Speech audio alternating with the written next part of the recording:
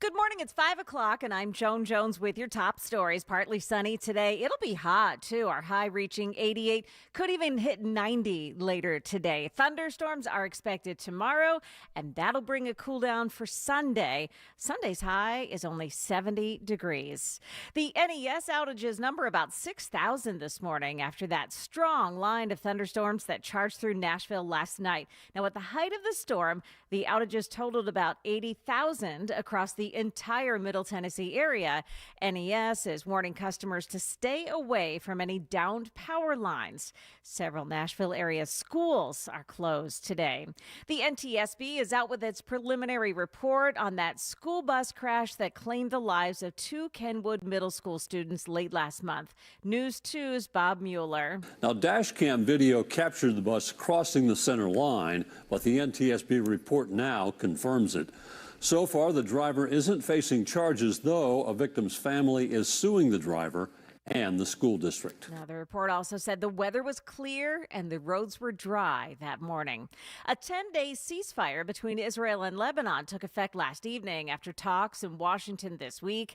It's anyone's guess, though, how long it's going to last. When you get to the discussion about long-lasting peace in the region, Israel saying it wants to disarm Hezbollah and protect its citizens or reduce any threat that Hezbollah could pose to residents in northern Israel.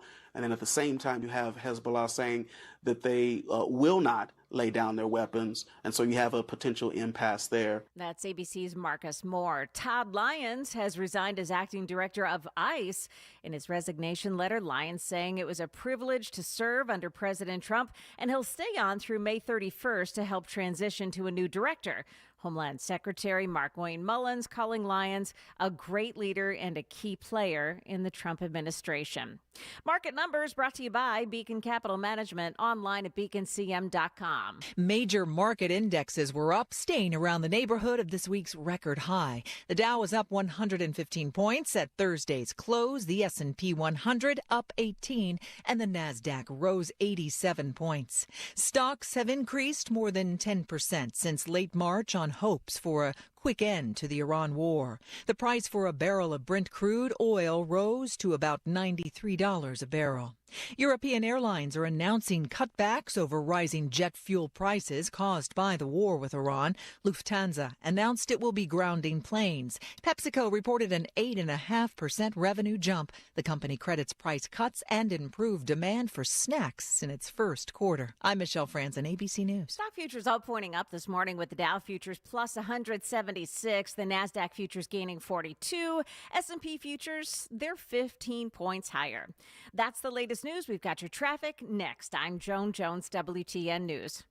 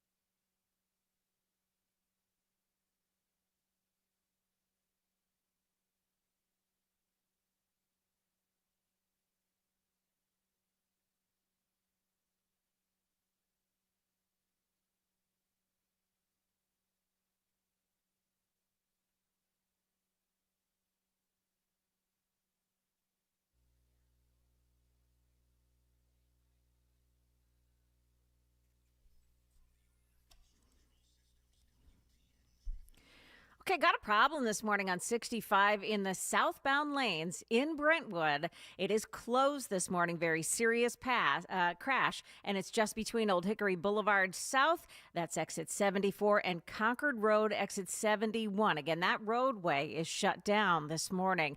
24 looks okay this morning, and no problems to speak of on 40. Traffic every 10 minutes every morning on Super Talk 99.7 WTN.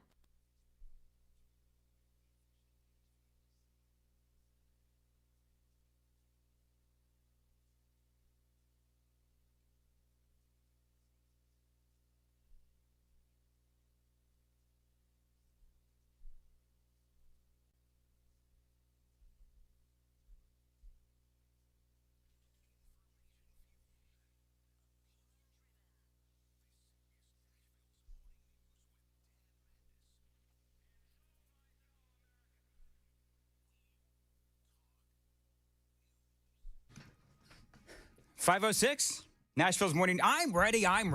506, Nashville's morning news on Super Talk 99.7 WTN. Why are you so testy on a Friday? My screen is presenting.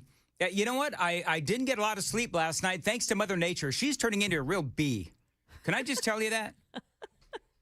I was like nicely in REM sleep last night at like whatever time that was, 7:30 or so, comes blowing through Mount Juliet, and holy mackerel. I don't know about anybody else. I figure, Joan and Sam, if you're up at this time, then more than likely you've got, like us, maybe you've got an altered sleep schedule. Maybe a unique sleep schedule. Maybe a unique, work schedule. And so... Unique, ridiculous, whatever. Yeah, exactly. And so, I am sleeping soundly for a change.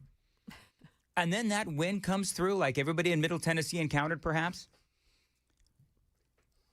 Amy is screaming from downstairs. Oh. Because I, of course, for the first time in forever, decide to take out the trash on time for a change. And so my trash is blown over. My trash is strewn all over the street because of the wind. We had also taken a big, muddy, gross blue tarp and put it out to the side of the road, so the trash men could take it away. That as well is just all over the road. And so, I had to wake up out of my sleep, run downstairs. I'm in lightning, thunder, rain, no shoes, by the way, trying to pick everything up. That's like my mood this morning, like thunderous. Now I was able to get everything, picked up, but it was a hellish like 45 minutes or so, and of course the dog peeing all over the place. Oh, did he? Here's the funny thing. I'm complaining about the fact that I had to run out in my bare feet and pick up all the trash from the street because I did what Amy always tells me to do and take out the trash the day before, the afternoon before, so that I don't have to do it, Friday morning at like whatever time. And so, but Bandit, of course, is doing his thing, and he's getting all whiny, and he ends up, doing the drunk sailor peeing through the house. So, so this is my mood this morning, like thunderous. Probably the wrong way to say it, but yeah, that's how I feel this morning. I bet there's a lot of people that feel like that. So I only got, Joe, did you get, it impacted my sleep. I'm going on probably 2 hours of sleep, two and a half hours of sleep. I promise I'm going to get to content. I got about 4, so I got some. Okay, so you got about 4. Sam, how about you? Now, Sam stayed up to watch the Preds wrap up their abysmal season. And they lost. I wouldn't say abysmal. They were if they won 2 more games, they'd be in the playoffs. They were the last team in the league in December, so the fact that they got that close is miraculous. Hey, Sam, nobody cares. Some people do. Like literally nobody cares about the Preds. But I probably got 4.5 hours. Oh, there you go. I'm just kidding. I'm sure some people care about it. I don't. Sorry. In other news, Borgonzi had his press conference yesterday pre-draft. we're not going to talk Preds. We can talk Titans. Okay, cool. No, that's all right. All right, very good. So and I bet you a lot of people are feeling that way, like they lost sleep because of Mother Nature. I didn't really mean to call Mother Nature a bee, by the way. You didn't? I didn't. Because we're all kind of feeling like she is. Yeah. All right, good. So I'm not alone then. No. In saying that Mother Nature was a real bee. Well, but also we needed that kind of rain. We needed that downpour. We did. My hydrangeas have been hydrated. Mm-hmm. That's good. Are you guys, because Tennessee is in a drought, right? We know that Tennessee is in a drought. So, Joan, are you keeping that drought in mind as you water your plants this spring? Well, I did. So I fertilized the garden yesterday, and it needs water right away. So I watered the garden, and then of course it rained last night. So we're super good on water at the moment. But if all goes well, I'll have some tomatoes for everyone. Oh, on good. the radio station. All right, very good. Don't give any to Jackson. Do you know what we came into this morning, Joan? You're not here. You're at home. No. What? Somebody sent Jackson. You know what? Can I just say the afternoon show gets all the accoutrements? Yeah. So I walked in to the studio this morning, and they've got some amazing smelling espresso chocolate chip coffee, chocolate chip espresso These things cookies. are huge too. Yeah, they're gosh. chocolate chip espresso cookies. And I mean, when was the last time we got cookies, Joan? Yeah, Never. it's been a while. Yeah. People have sent me things to the radio station. They never make it to me. Oh, really? Yeah, I don't know if it gets held up, and I'm using air quotes, in the mail room, or if Mail it gets room? held up in the Okay. Oh, there's also a post box office. of cupcakes in the break room. Well, So I'm you glad never. I'm missing all of that. So you've never heard the story of my Marconi, have you, Joan? No. Years ago, I won the Marconi, but a couple of years prior, I got nominated for a Marconi. When you get nominated for a Marconi, you get a plaque. They mailed me the plaque. It was during COVID, so I didn't go to the event, whatever. So they mailed me the plaque. It got, Joan, caught up in the mailroom. It disappeared. And I'm sitting here walking around thinking, well, who the hell steals a plaque with Yeah. my name on it? Why Right. why would anybody do that? They said, well, I don't know. We mailed it to the radio station. So I was so stunned that I got nominated for a Marconi that I actually, you're going to laugh at this, I paid, a year later, I paid for the NAB to make me another plaque because You're nobody kidding. could find my plaque. So I had to have another one made because I never in a million years thought that I would ever be nominated for a Marconi. So I had one made. It cost me like a couple $100. Did it I- arrive not long after? I kid you not. 2 weeks after I received the plaque that I paid for, what shows up a year later, Joan? A year plaque. later. A year later? Is my plaque that was lost somewhere in the building. It is incredible. Yeah, somebody said that they sent me like one of those packages that's like all things Philadelphia. Okay. With Philly, like tasty cakes are made in Philadelphia. So Philadelphia it was- cream cheese. Yeah, stuff like that. And it never made it to me. Right. So, All right, Somebody- I got one for you. Then we're going to get to work. okay. 3 days ago, I had an entire. This is this building. 3 days ago in the kitchen, I had a brand new thing of half and half cream. Yeah. Yesterday, when I got into work, gone.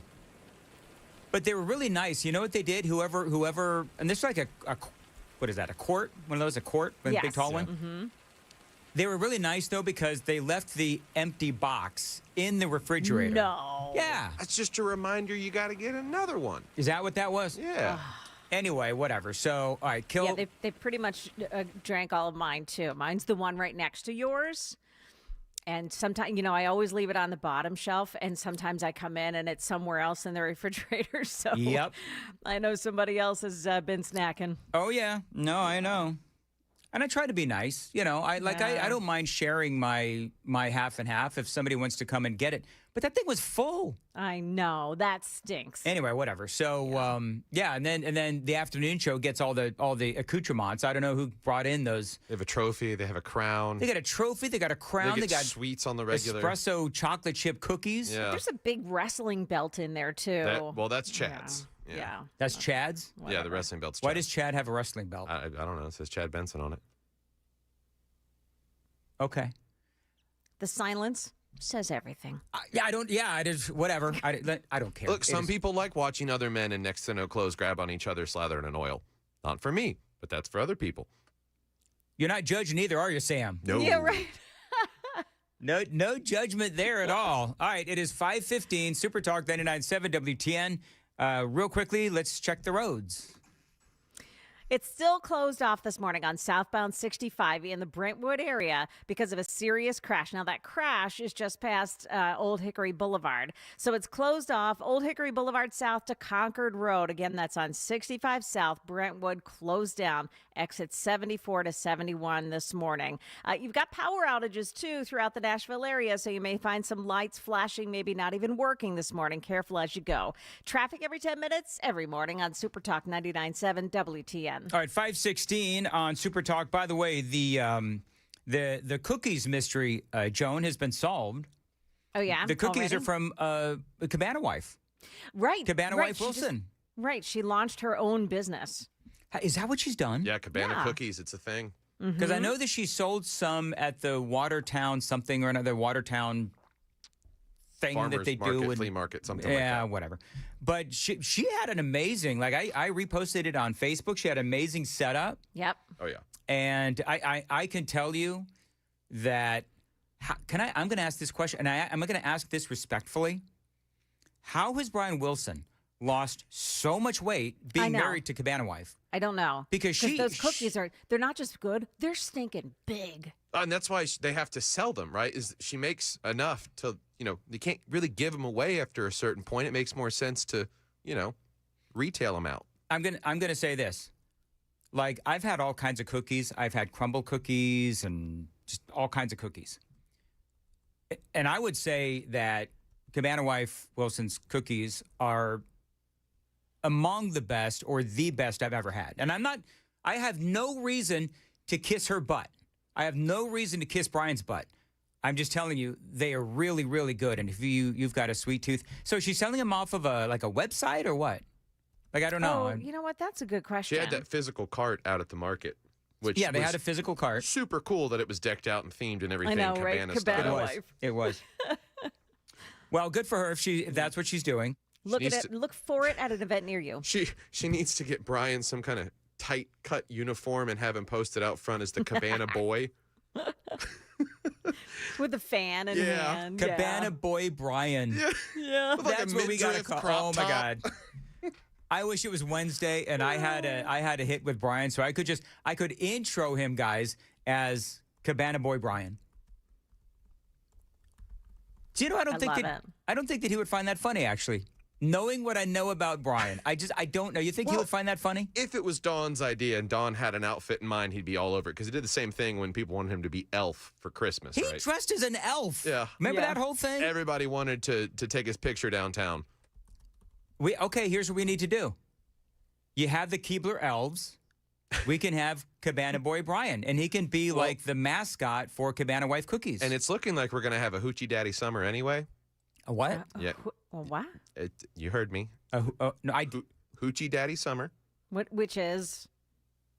Think Tom Selleck, Magnum PI, short shorts, tight shirts. Okay. I know Joan's all over that. I will. I, for one, will not be pulling an Eric Swalwell and riding around on a camel with no shirt. Because that's the image that conjured up in my head. No. Was Gallego and whatever his name is. Far more classier than Eric Swalwell. Okay. Well, I also will not be wearing short shorts. I will not be wearing the short shorts. Yeah. You're welcome, by the way, there's for a not brand wearing called- the short shorts. There's a brand called Chubbies, and that's where I get mine. Okay, good. And you will not be wearing them to work? I'm wearing them right now. And I had to miss Friday, right? Dang. In this studio, it's called Thigh Day. You said Thigh Day, didn't you? You did. You said, oh, my God. Okay, we got to move on. 8:20, Nashville's Morning News. Here's where we're going today, because we got a lot going on. You wouldn't know it from the first 20 minutes of the show. Donald Trump was in Las Vegas. Lots of great audio talking about the Trump tax cuts. So he's talking a lot about that. And I will tell you that I appreciate the fact that Trump is touting the tax cuts, because here's the thing. That is a victory.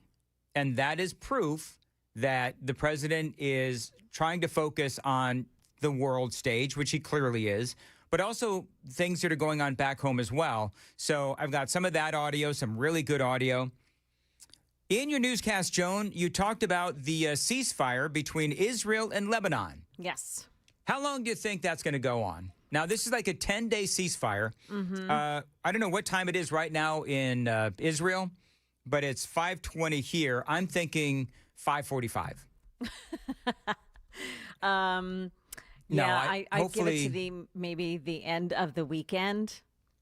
Well, here's the deal. Both sides, you know how we have these ceasefires, and then both sides will like continue to shell each other, even though the ceasefire has started. That's been what's going on. So, but eventually, so Israel says they're only going to respond to things that Hezbollah does. So that could be anything, right? So potentially this could be lobbing back and forth for a long time, still calling it a ceasefire all along, which is what always happens. Yeah, and we'll see. But, you know, the fact that they are where they are now, where you had Benjamin Netanyahu coming out and saying, no, Lebanon and Hezbollah, this is not part of the ceasefire, to now with Iran, now where we are with a 10-day ceasefire. I think that says a lot, because I think that Trump got on whatever hotline he's got to Israel, where it is 1:21 p.m. Is that Saturday? Like, is that 1:21 p.m. on Friday or Saturday? Do we know? It would be. Oh, that's a but good anyway, question. Trump gets on the phone with Netanyahu, and I think Trump says, "What the hell are you doing?"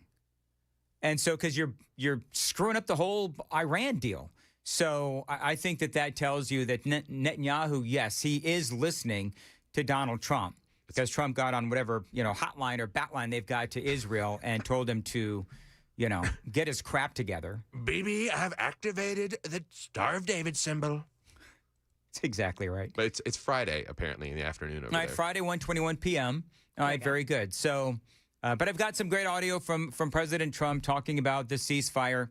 By the way, they've had a lot of ceasefires between Israel and Lebanon over the years, and they've had ceasefires that have lasted for years, decades.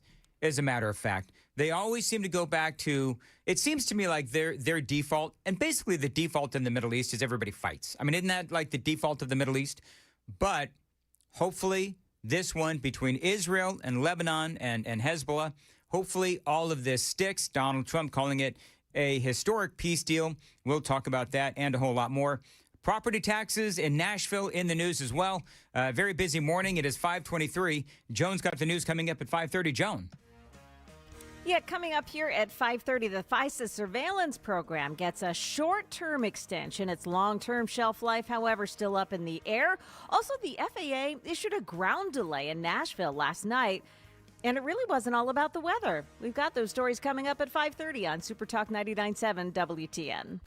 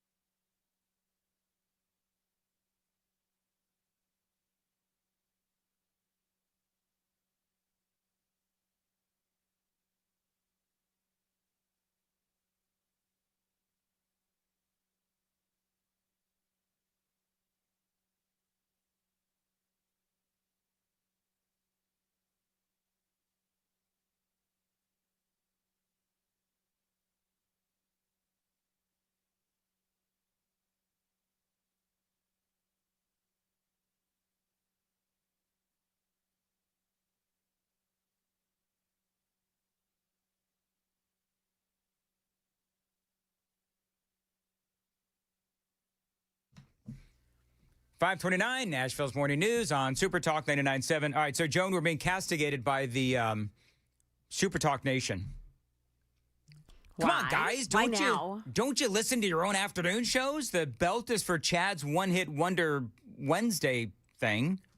Oh, how could we have missed that? And apparently, I guess people are saying, how did you not know that it was Cabana Wife Wilson and Brian Wilson that brought in the cookies? Well, I don't know about anybody else, but I get off the air at 9, and I'm just going to tell you, I love everybody here. I got meetings. I got other jobs. I got stuff I got to do. I got a wife that I got to somehow try to keep happy as well. So I don't get to listen to the radio station as much as I want to. And when I listen to Murphy Show, if I'm able to listen to Murphy Show, it is in the morning when I listen on YouTube when I wake up in the morning. That's one of my routines. I'll listen is to that Murphy what you Show. Do? I was wondering how you always hear a show. I can never listen to his show. I love Matt Murphy. I love that show to no end. So I love Jackson. Of course, everybody knows I love Murphy Show as well. And by the way, if you want to listen to this show any time of the day or night, you as well can go to YouTube and basically watch at your leisure. You can also download, the apps and listen whenever you want. You can download the podcast. I guess a lot of people do that as well. So any way you listen, live, on tape, podcast, whatever, radio, I'm happy that you do, and I appreciate it very much. It is 5:30 on Super Talk 99.7 WTN.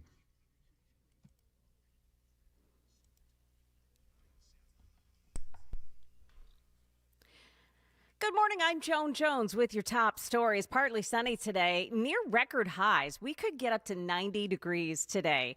And we've got another round of thunderstorms coming tomorrow, then cool weather for Sunday. Well, early this morning, the House of Representatives voted to approve a short-term renewal of the FISA surveillance program. Only, though, until April 30th. It had been set to expire on Monday. Allowing this authority to expire would leave the United States blind to threats that move at the speed of the modern conflict. That's Georgia Republican Congressman Austin Scott. He was not one of the handful of Republicans who voted against a 5-year extension, which incorporated some minor reforms. That's the one that President Trump wants. Section 702 allows the government to spy on foreign nationals abroad, even when those communications involve Americans. Now, both conservatives and progressives have pushed for a requirement that would force officials to obtain a warrant before reviewing Americans' data. Nissan has announced a new Infiniti vehicle is being built at the Smyrna plant. It's adding the QX65 to the lineup on the same line that the QX60 is built. Officials there say 2 of the 3 vehicles in the Infiniti lineup are now coming out of Smyrna. There was a temporary ground delay issued at Nashville International Airport last night. It may have been in part for the weather, but Fox 17 is reporting the FAA issued the ground delay late yesterday afternoon for staffing issues in the control tower. Ground delay programs are used by the FAA to manage air traffic when demand exceeds airport capacity, often due to staffing limitations, weather, and other operational constraints. That is the latest news. We've got your traffic next. I'm Joan Jones, WTN News.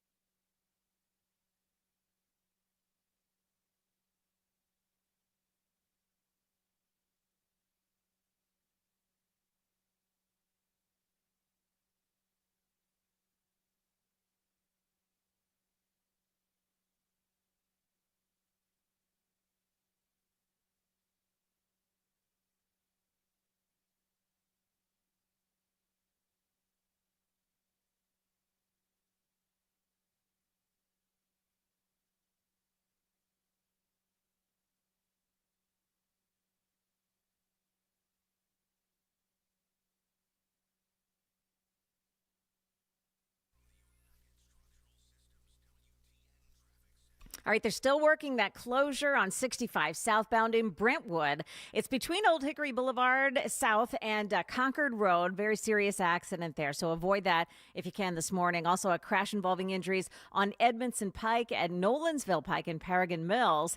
And then keep in mind that since there were some power outages overnight because of the storm, you may find some traffic lights flashing, maybe even out this morning. Careful as you go. Traffic every 10 minutes every morning on Super Talk 99.7 WTN.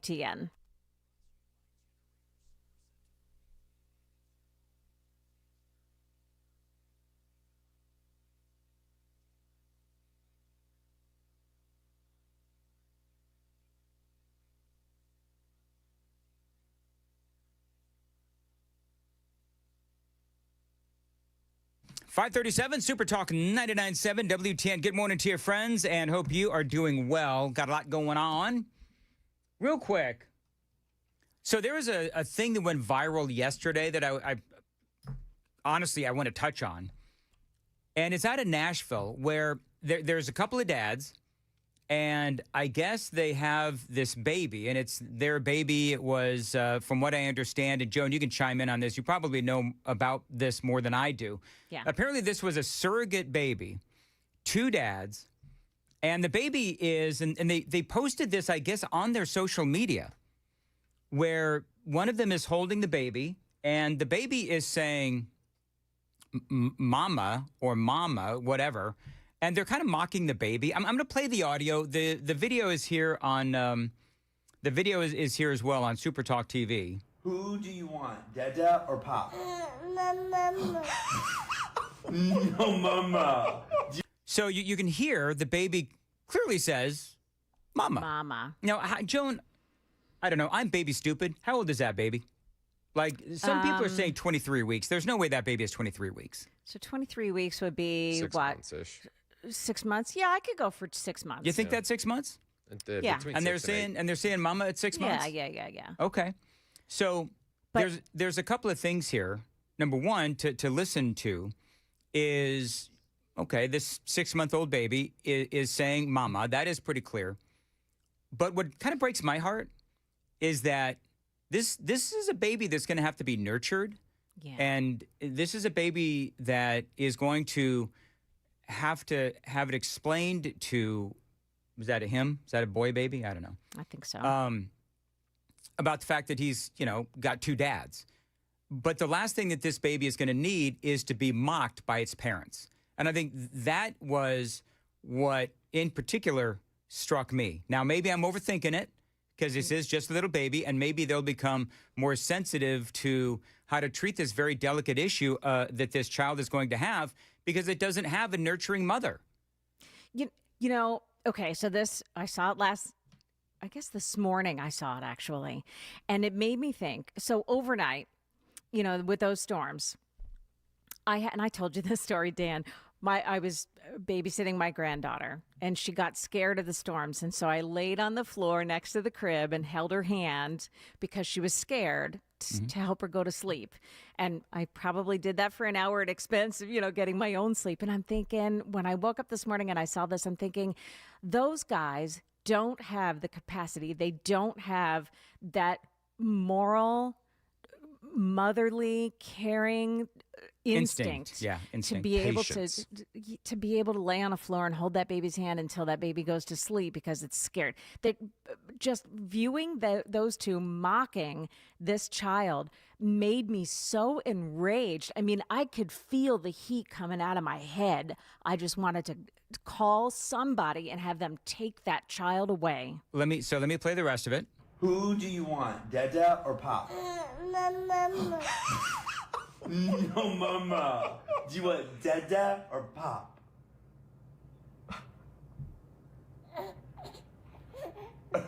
Who do you want, Dada or Pop?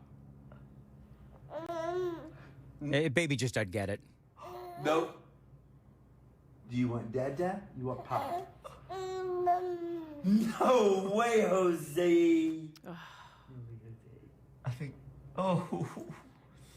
There is no mama. Wow. Isn't that like symbolic? There is no mama, and then the baby starts crying. Yes. You have Dada or you have Pop? Two choices. No, Mama. Oh my gosh. No, Mama. Dada And he's or Pop? all the while he's holding this child at arm's length away from him, with no ability to like hold the child and be comforting and caring and loving. I'm telling you, there's a special place. Well, and the thing is, they thought that it was funny. See, I don't find it funny. No. Yeah. Like I don't find it funny. I think that they need to be more caretaking and they need to be more sensitive to the situation. I mean, I'm not sitting here saying that I'm the world's greatest parent or the world's greatest grandparent, but what I am saying is that they need to work on their tact and they need to work on their sensitivity, and they need to, as the child gets older, they need to have a better way to explain this to the child, except, no, Mama, ha, ha, ha. It's Dada or Papa or whatever it is that they're saying. For me, it hits at a deeper level when it comes to that industry. I'm all for people having and raising kids in a loving household. Let me just start with that. Adoption, that's probably what I would prefer these men to be in a situation for. When you pay a woman to rent out her womb. Yes. And to grow a child for 9 months, bond with that child, and then take it away from her, you're doing both parties a massive moral disservice. And to tell people that it's perfectly okay. No, it's not. Look at the baby's reaction. The baby knows. The baby knows, and people think, oh, they'll get over it. This kid's going to need therapy. And it's when it starts. I'm not saying all hetero couples are perfect. I've heard my fair share of horror stories from my parents at their time at DCS. It goes both ways. The difference is this was bought and paid for the luxury of an accessory to mimic or imitate what God allows to happen between a man and a woman. So what do you do in a situation like this? Like if you are, they've got this baby and it's perfectly legal and they've done everything correct. And there's lots of parents that, same-sex parents that have children. And, what advice would you give to this man holding this baby? I mean, to me, he needs to be more loving. As I just said, they need to be more caretaking. And they need to figure out a way to explain the situation to this child because he's going to be confused growing up. And learning how to, part of the reason, being blessed to grow up in a two-parent, mother-father household is you learn how to treat a woman throughout the process when you're a boy. And as a girl, you learn what the expectation should be from your father and your brothers, how a man should treat you. And you don't get that in this situation. So, I mean, my advice would be that the kid needs a motherly role model, needs a woman constantly around and in his life to get that grasp and understanding. That grandparent, maybe? Someone similar in age, I would say. Someone that's going to be kind of that role. Kind of in that role, yeah. Because we hear all the time from the single mother side of things how those kids need father figures, right? But when it's this situation, no one's talking about how the kid needs a mother figure. By the way, just real quick, have you seen the outrage over, because we talked about this yesterday about the same time, early in the show, so a lot of people may not have heard it, but the Tennessee resolution calling June Nuclear Family Month and how it has now hit the nationwide media. Yeah. And people are absolutely freaking out over this. And, personally, I kind of, and I think, Governor Lee has now signed it, right? Yeah. So. And you nailed it by saying, well, people, what's the problem? It's more inclusive. It is absolutely more inclusive. And, but I love how people on the left, they are freaking out about this. And if they want inclusivity, then that's what they're doing. They are including nuclear family into June, and June, of course, LGBTQ plus Pride Month. And we talked about this yesterday. I don't want to redo the topic, but how many total days? I mean, it's almost like every single month. Pretty much half the year. About 40% of the year is spent celebrating people of non-hetero orientations. Mm-hmm. I mean, it was like. And they're so funny, too. It's like do you have bisexual awareness day? Like, okay, somebody please tell me, who doesn't know that there's bisexuals in this country? Like, who doesn't know that? So why do we need an entire day? And I'm not, listen, I'm not hating. Pretty sure that one's a week. Oh, is it a week? Might be. So I'm not hating. I'm not hating on anybody, but I'm just asking a question. Do we really need an entire day or week or an hour of, Bisexual Awareness Day? And of course, the obvious question is, when is Heterosexual Awareness Day? Oh, every day is Heterosexual Awareness Day. Shut up. Well, technically, it's true because every day children are born. So that's how we celebrate heterosexuality. We procreate and have life. Yeah, we do. So it has been fun to watch people on the left. I'm not going to bother to redo the entire topic, but I applaud the Tennessee State Legislature for doing that. I think that it is great that they did that. People, just real quick, because I was commenting earlier on President Trump, and he's in Las Vegas. I've got some audio to play regarding the president touting his no tax on tips and some of the other programs that he has had to help the finances of the American people. And you got a lot of folks, chiming in, yeah, but the price of gas, the price of gas, the price of gas. I understand the price of gas. You have to understand. I get it regarding the price of gas. But the bottom line is that the president is doing what he can to ensure that the price of gas will eventually go down. And we can talk about the war in Iran. I feel like the topic, I'm tired of talking about it. You know what I mean, Joan? Like, it has been 2 weeks, 3 weeks, 4, whatever it's been, of talking about Iran. Today, it feels like a kind of a not a lot of news going on with Iran today. Yeah. So I feel like I can talk about some other things besides just Iran, but I am telling you that the president is doing everything that he can to try to make sure that those prices go down. That's why he has, blocked the Strait of Hormuz and basically absconded it from the Iranians. And, the people that, and I said this yesterday, but people who are like, oh, I don't get it. The Iranians had blocked the Strait of Hormuz, and so now we're blocking the Strait of Hormuz.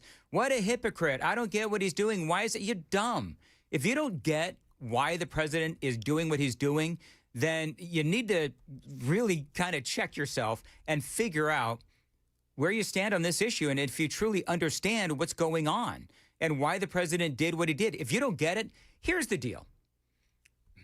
If you don't get why the president basically took the Strait of Hormuz away from Iran, then you're not paying attention. And you don't really have the capacity to understand geopolitically what's going on. You just don't. Because the reason why the president is doing this is so that he can ultimately open up the Strait of Hormuz. He's taken it away from Iran because they don't have the ability to play nice in the sandbox. And so they take away the Strait of Hormuz so nobody gets any oil. We take away the Strait of Hormuz so that ultimately we can open it back up. And if you don't get that, I don't know what to tell you. Try to keep up with the rest of us or go read some more. I mean, I don't mean to be mean, but for the love of all that is holy, you can't get this? God almighty. I don't get it. And I've been arguing with people for the past 2 weeks on this. So it's whatever. You know what it is? I'm still pissed at Mother Nature for waking me up last night. I thought you were going to say the Pope. I'm still mad at the Pope. Whatever.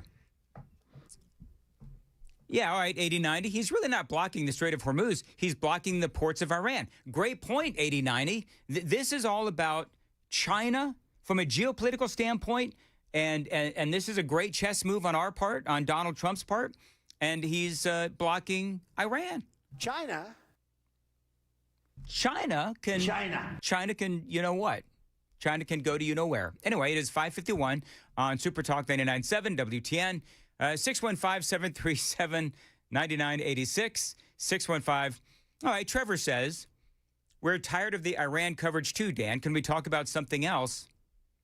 I don't even think I brought up Iran today. Have I, Joan? We brought up Lebanon. I don't think so. No, we brought up Lebanon because there's nothing going on in Iran. Like, I feel like if I brought it up today. Well, there's something going on. It's just something we can't really prevent from happening. What is happening in Iran? What have I missed? Well, the people that are going to be executed. Oh, yes. The more people, I guess. Four more. 4 more. The first woman. Oh, and what the president. Do you hear what the president said about the Pope on that? Because I do have some stuff on Trump versus the Pope and the Pope versus Trump. I do have some of that. Iran is about to execute 4 people, including a woman, husband, and a wife. The president, our president, was asked about that, and he had a great comment. He had a great comment on that, so we're going to talk about that. But it's going to be a truncated Iran day. I do have Lebanon and Israel. I've got some perspective on that. I've got some stuff on Nashville property taxes and a whole lot more straight ahead. 5:53, Super Talk 99.7. Joan's got the news at 6. Joan. Yeah, coming up, 10 House Republican members voted along with Democrats to defy President Trump yesterday. That story, it's infuriating, is coming up here at 6 o'clock on Super Talk 99.7 WTN.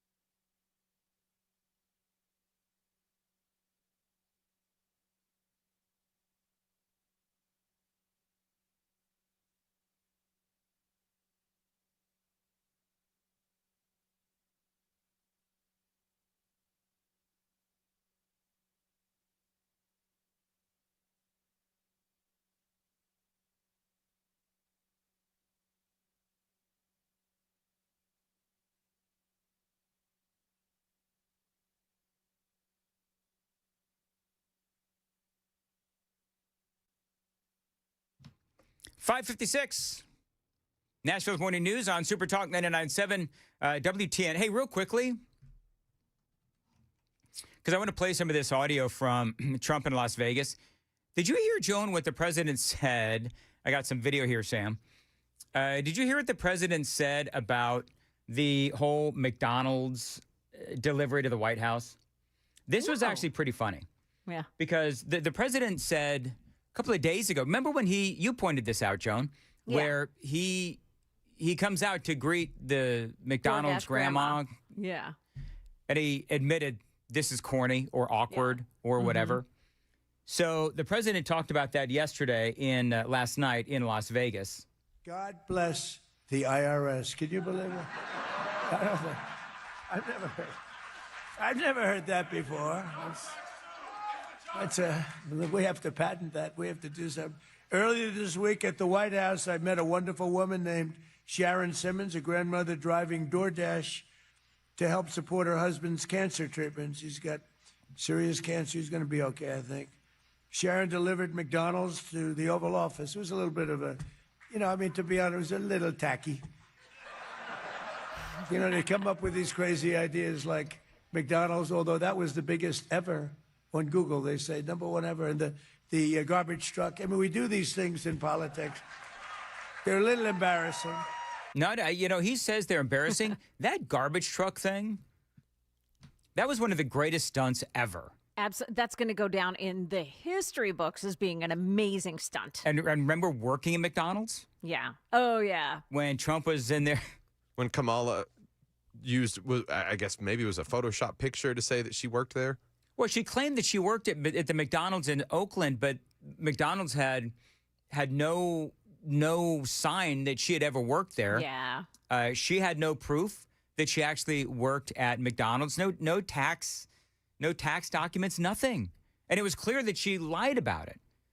And so Trump, I think he understands that these things are a little, I don't know what he said, corny or embarrassing or whatever it is. But, they actually do make an impact.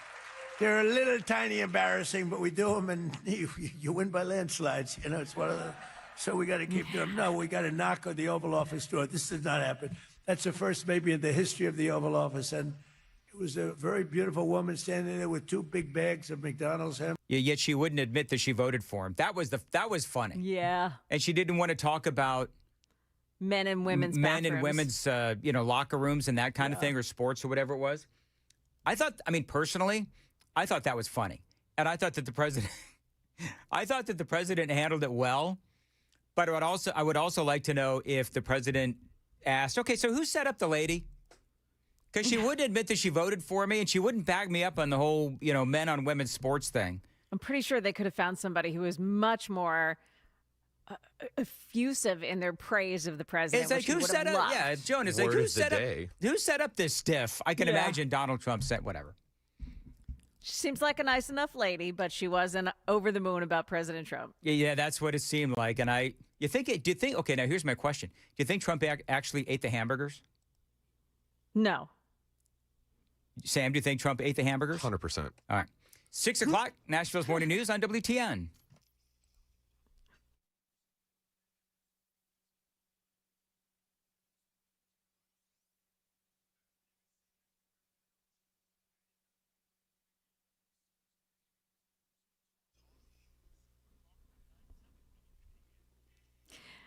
Good morning, I'm Joan Jones with your top stories. Haitian nationals are now eligible for temporary protected status for another 3 years. Thanks to 10 Republican House members, they voted with Democrats to extend the program despite the Trump administration seeking to revoke it, arguing that conditions have improved in Haiti and that granting Haitians legal protections runs counter to American interests. Yesterday's vote shields more than 350,000 Haitian nationals from deportation. One of Nashville's most wanted has been captured. 32-year-old Dominiquez Sandifer, arrested Wednesday at a home on Lichey Avenue. He was hiding in an upstairs closet. Sandifer has been indicted on rape and statutory rape charges involving a teenage girl. He's being held on a $150,000 bond. Tennessee's school voucher program is expanding. Here's News 2's Peyton Kennedy. The Senate passed the House version that would add 15,000 scholarships to the 20,000 set up last year by the Education Freedom Scholarship Plan. That's a system using public money to help families pay for private school tuition. Senators spent almost an hour debating reasons both for and against expanding the program. Senators voted 18-14 to approve that voucher program. Market Numbers brought to you by Beacon Capital Management, online at beaconcm.com. A statement from President Trump that the Iran war, quote, should be ending pretty soon was enough to fire up equities investors Thursday. The Dow Jones rose 115 points to close at 48,579. Advances for tech shares rubbed off on the S&P and the Nasdaq composite. The Standard & Poor's gaining 0.25% yesterday, the Nasdaq 0.33%, both indexes landing at new all-time highs. As stocks were rising, mortgage rates were on the decline Thursday. Freddie Mac says the national average for a 30-year fixed-rate home loan has fallen to 6.3%, a 4-week low. A year ago, it was above 6.8%. Earlier this week, athletic footwear maker Allbirds flipped its entire operation and shifted to selling AI infrastructure. Its stock soared. Another company, Myzeum, sat up and noticed. The social media platform provider is making its own pivot into AI. Its shares immediately doubled in value on the announcement. Jim Ryan, ABC News. And right now, stock futures are on the plus side with the Dow futures up 164. We've got the NASDAQ futures up 34 and the S&P futures gaining 14 points. That is the latest news. We've got traffic and weather ahead. I'm Joan Jones, WTN News.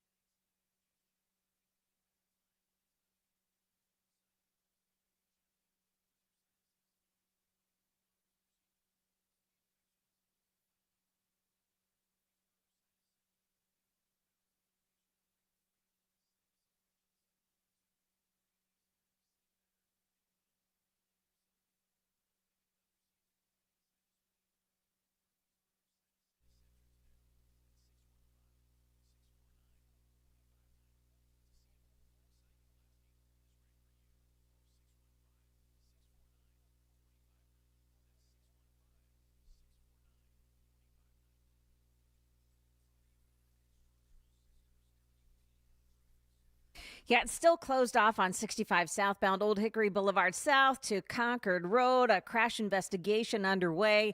To get around it this morning, use 8th Avenue. Paragon Mills, Edmondson Pike, at Nolansville Pike, there's a crash involving injuries. A crash in East Nashville as well on Gallatin Pike at Delmas Avenue. And if you're traveling in the area of Hendersonville this morning, got a crash on the left lane, 40 eastbound lanes past Natchez Trace State Park. Careful this morning, that left lane is blocked off. Traffic every 10 minutes every morning on Super Talk 99.7 WTN.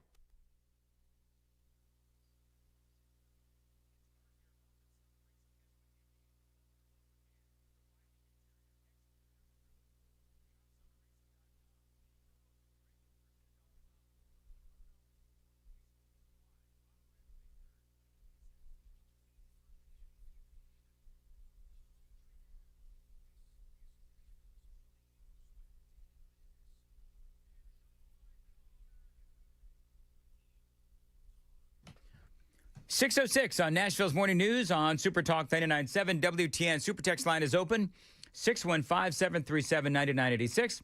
615-737-WWTN. A lot of folks chiming in this morning. I want to get to what is going on with President Trump and the ceasefire between Israel and Lebanon. It is now in effect. So let's talk a little bit about this. This is a 10-day ceasefire, and it was indeed announced on Thursday.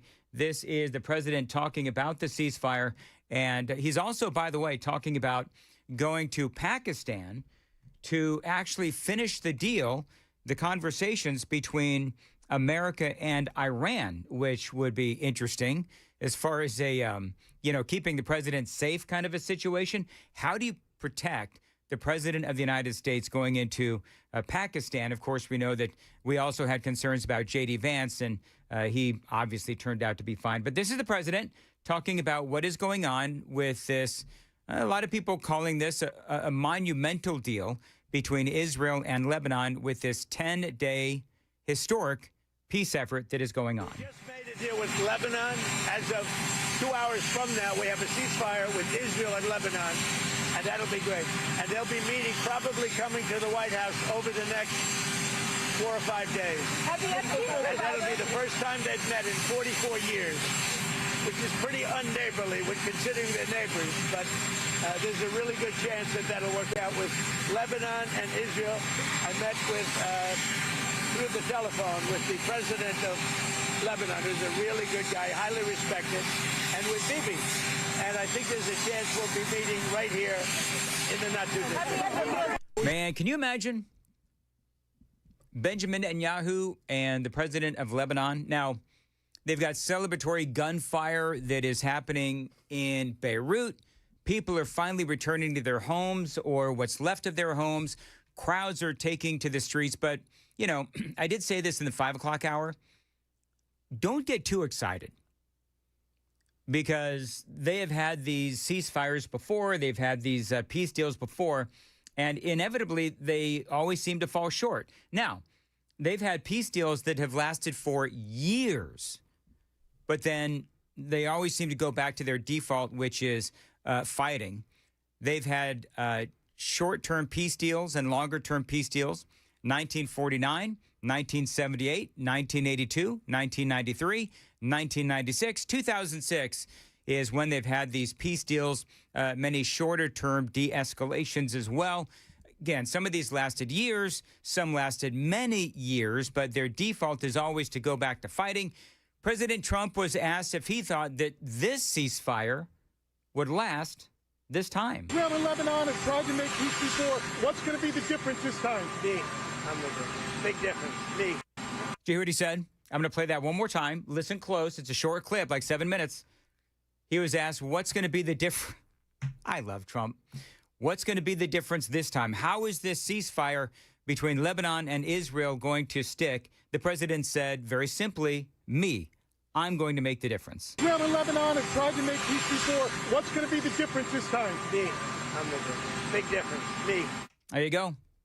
Now, the president is not going to, be around for only a couple of more years, but we'll have to see what happens. One thing to note is that Hezbollah is different than Lebanon. Now, Lebanon is a sovereign country. Hezbollah operates in southern Lebanon as an independent group. Both hate Israel, of course. Hezbollah, though, is actually part of Lebanon's government. So the reason why this is such a big deal is because this will overcome a major obstacle in the peace deal between Iran and the U.S. Remember, Benjamin Netanyahu was out there saying that Lebanon was not included in any peace deal. And as I said in the 5 o'clock hour, I think Trump got really ticked. And he got on whatever bat phone he's got, the BB phone, the BB hotline, and said, what the heck are you doing? We're this close. And Benjamin Netanyahu, you're throwing this out there? So I think Trump ripped them a new one. And right away, Netanyahu got on the phone with Lebanon, and they said, okay, let's see if we can make a deal. This is, I guess, a 10-day peace deal or ceasefire. I would say that this is tenuous at best, and that's the same term that I used for the peace agreement, the ceasefire, if you will, between Iran and America. It's also important to note Netanyahu is not withdrawing troops, and both sides are maintaining their military positions. They say that Israelis are saying that one slight move by Lebanon and Israel is going to start attacking again. And we did talk about this in the 5 o'clock hour as well. Joan pointed this out, that both sides, of course, are still shelling each other, even if there is a peace deal going on. It's like, or a ceasefire is going on. They're saying, oh, yeah, you know what? We are in the midst of a ceasefire, but we're still going to shell, because honestly, that's the only way that these two nations know how to behave. By the way, you know what they're fighting over? I know this will be shocking to you. They're fighting over land and borders. That's what they're fighting over. Now, Lebanon, of course, they have their own issues, land issues with Israel. Hezbollah is, financed by Iran, and so they are one of these proxy terror groups of Iran. And so Lebanon and Hezbollah, they both, of course, hate Israel, and Iran is funding Hezbollah, and they are continuously going after Israel to weaken Israel. So, it's one of these just Middle East issues that is going to continue for, as long as there is a Middle East, these nations are going to continue to fight. I'm just going to tell you, I love that President Trump is excited over this ceasefire between Lebanon and Israel, and of course Hezbollah as well, because Hezbollah has signed on to the peace agreement as well, or the ceasefire as well. It's a peace agreement for like 10 days. Let's just call it that, because I can't seem to get the words peace agreement out of my head. But you know who's been bashing President Trump? I want you to think about this. The Pope has been bashing President Trump. Here's my question. If peace actually holds between Israel and Lebanon and Hezbollah, and Trump is the one that facilitates that peace, will the Pope give Donald Trump credit? Do you think that the Pope will give Donald Trump credit? Because the Pope has been coming after Donald Trump, and yes, I am part of that conspiracy theory where I believe that the Pope and the Democrats have been, joining together to try to take out Donald Trump heading into the midterm elections, and the Democrats are trying to take out Republicans in the midterm elections. And I think that the Pope is purposely trying to bait Donald Trump. And, Donald Trump is taking the bait. That is what the president does. And I think that the Pope is purposely going after Donald Trump to try to impact the Catholic vote. You're going to have people on the left that are going to say, oh, that's nothing but a conspiracy theory. I don't believe that that is a conspiracy theory. I believe that that is actually something that is going on. A lot of people on our side of the aisle believe that that is going on. I've got some audio from the Pope coming up next, talking, of course, about, not only Donald Trump, but also the Pope said something incredible about Europe yesterday. I want to play that audio for you straight ahead. It's just about 6:15. Time to check the roads on WTN.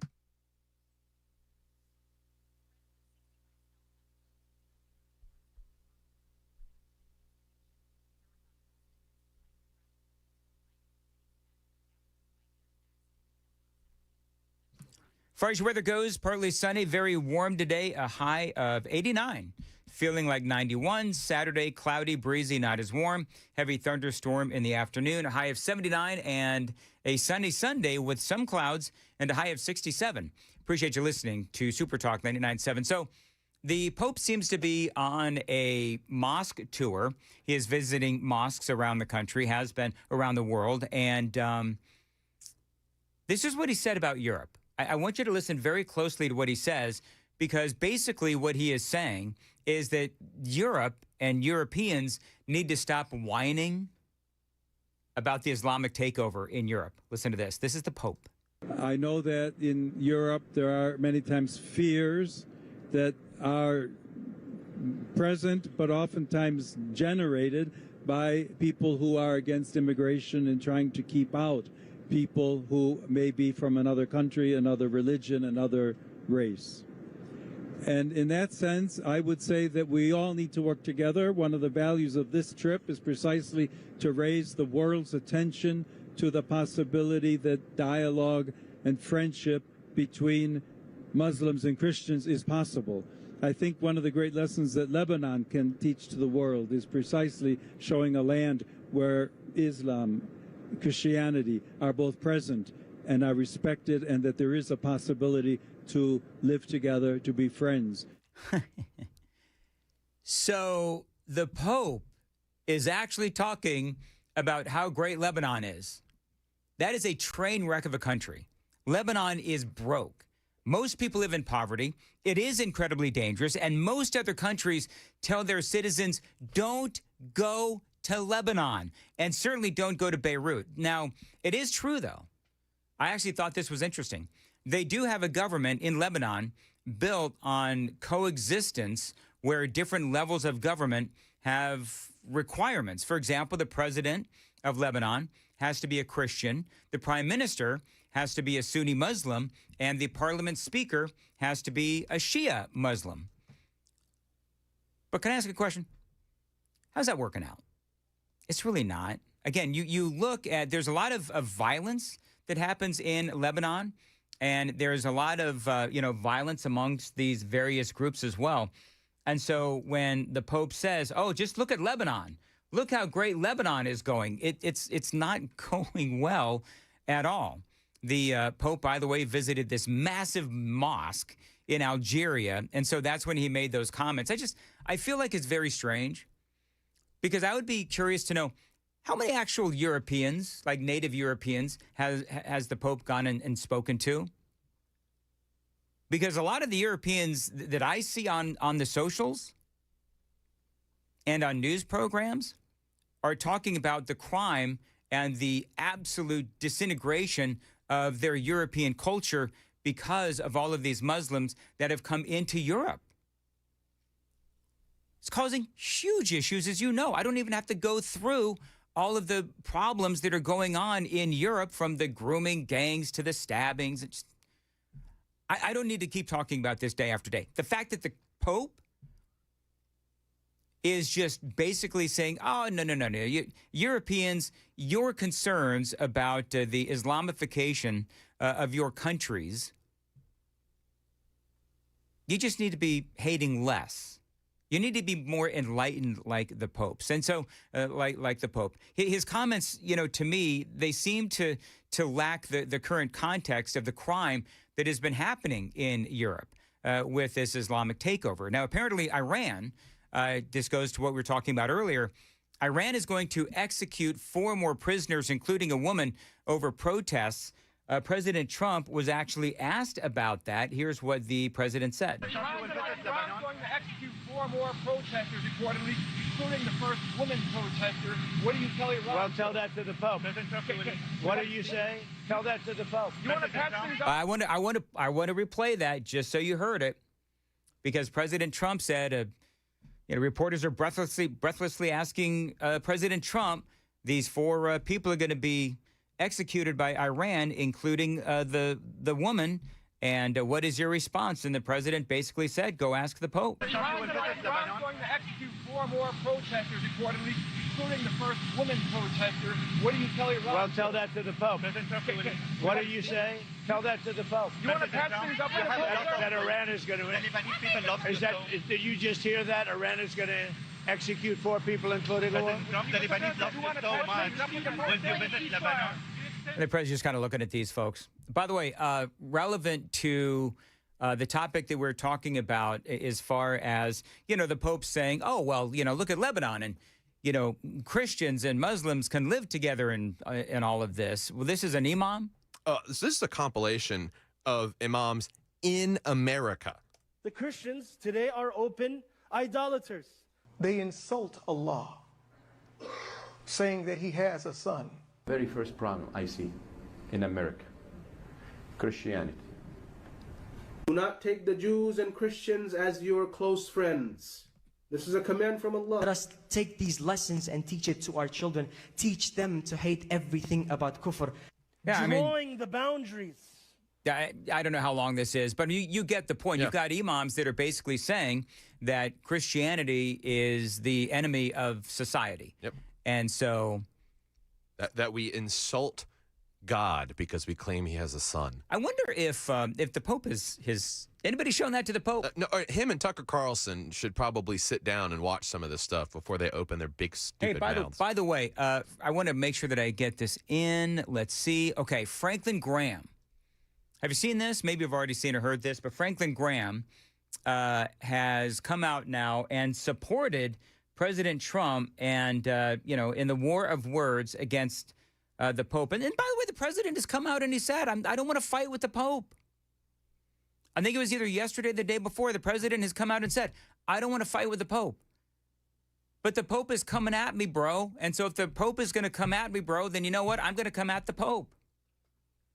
There's nothing wrong with the president defending his policies when the Pope is going to come out and start criticizing what the president is doing. That is well within the right. President Trump has every right to defend himself against the Pope if the Pope is going to, and then you got if the Pope is going to insert himself in politics, then you got all the media and all the folks out there that are the Pope defenders, clutching their pearls saying, oh, President Trump can't possibly argue with the Pope.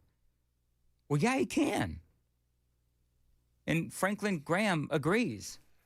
These people are dangerous people, and they're danger to the world. And in all of the Gaza, that is the Iranians. You take what's happening in southern Lebanon, that's the Iranians. So, yes, I think President Trump has done the right thing. I hate war. I don't like war. Don't support war. But sometimes you have to fight evil, and that's exactly what President Trump is doing. And it will be a much safer world, much safer in the Middle East when President Trump gets this done. There you go. And Franklin Graham is obviously right. It is 6:23. Joan's got the news coming up at 6:30. Joan? Yeah, some outages this morning still after last night's storms. And question for you, if you dress up in a bear costume, can you really fool humans into thinking that you are a bear? Wait till you hear this story. What? Yeah. Somebody dressed up as a bear? Yes, and then committed a crime. Oh. Because they thought they looked like a bear.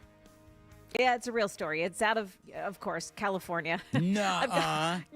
I've got the story coming up for you at 6:30 here on Super Talk 99.7 WTN. California, the land of fruits and nuts. All right, 6:23 on Super Talk 99.7. Obviously, the guy, though, did not get away with it.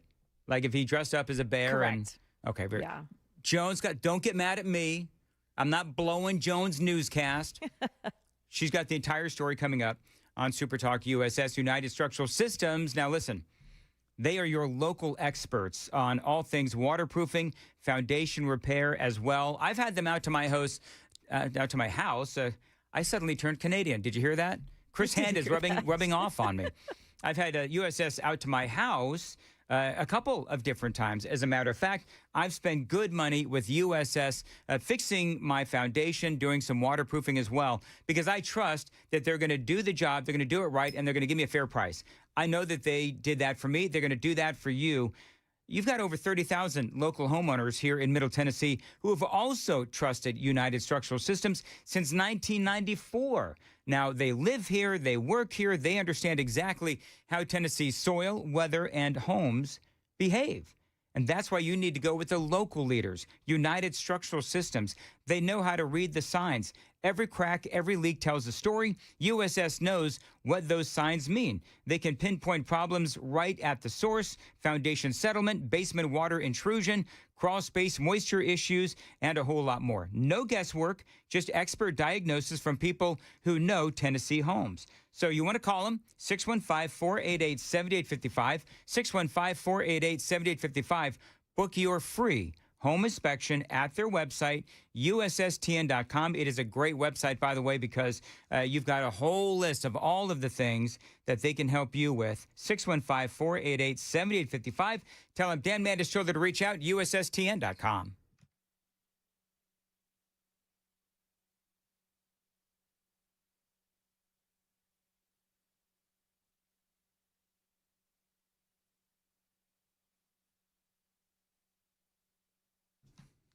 Dan Mandis here for the Glock store. Now, I've been telling you about a date that you need to keep in mind. Save the date, as they say. It's going to be Saturday, May 30th, and the Glock store, it is their annual open house. I got to find this out. It is either their fifth or sixth open house, but these are always amazing open houses. If you are a 2A supporter and you want to hear some great speakers, if you want to pick up some great bling for your gun, if you want to buy some ammunition, buy a firearm at great prices and discounts, go to the Glock Store's open house. It is on Saturday, May 30th. They've also got terrific raffles as well at the open house. And so you want to check it out. Saturday, May 30th. I'm going to be there. Matt Murphy is going to be there, and also Chris Hand. The three of us are going to be there. We want to meet you. Come on out. Again, they've got some great speakers, great specials, terrific raffles, food trucks as well. And we would love to meet you. Saturday, May 30th. Check him out online, glockstore.com and shoot270.com.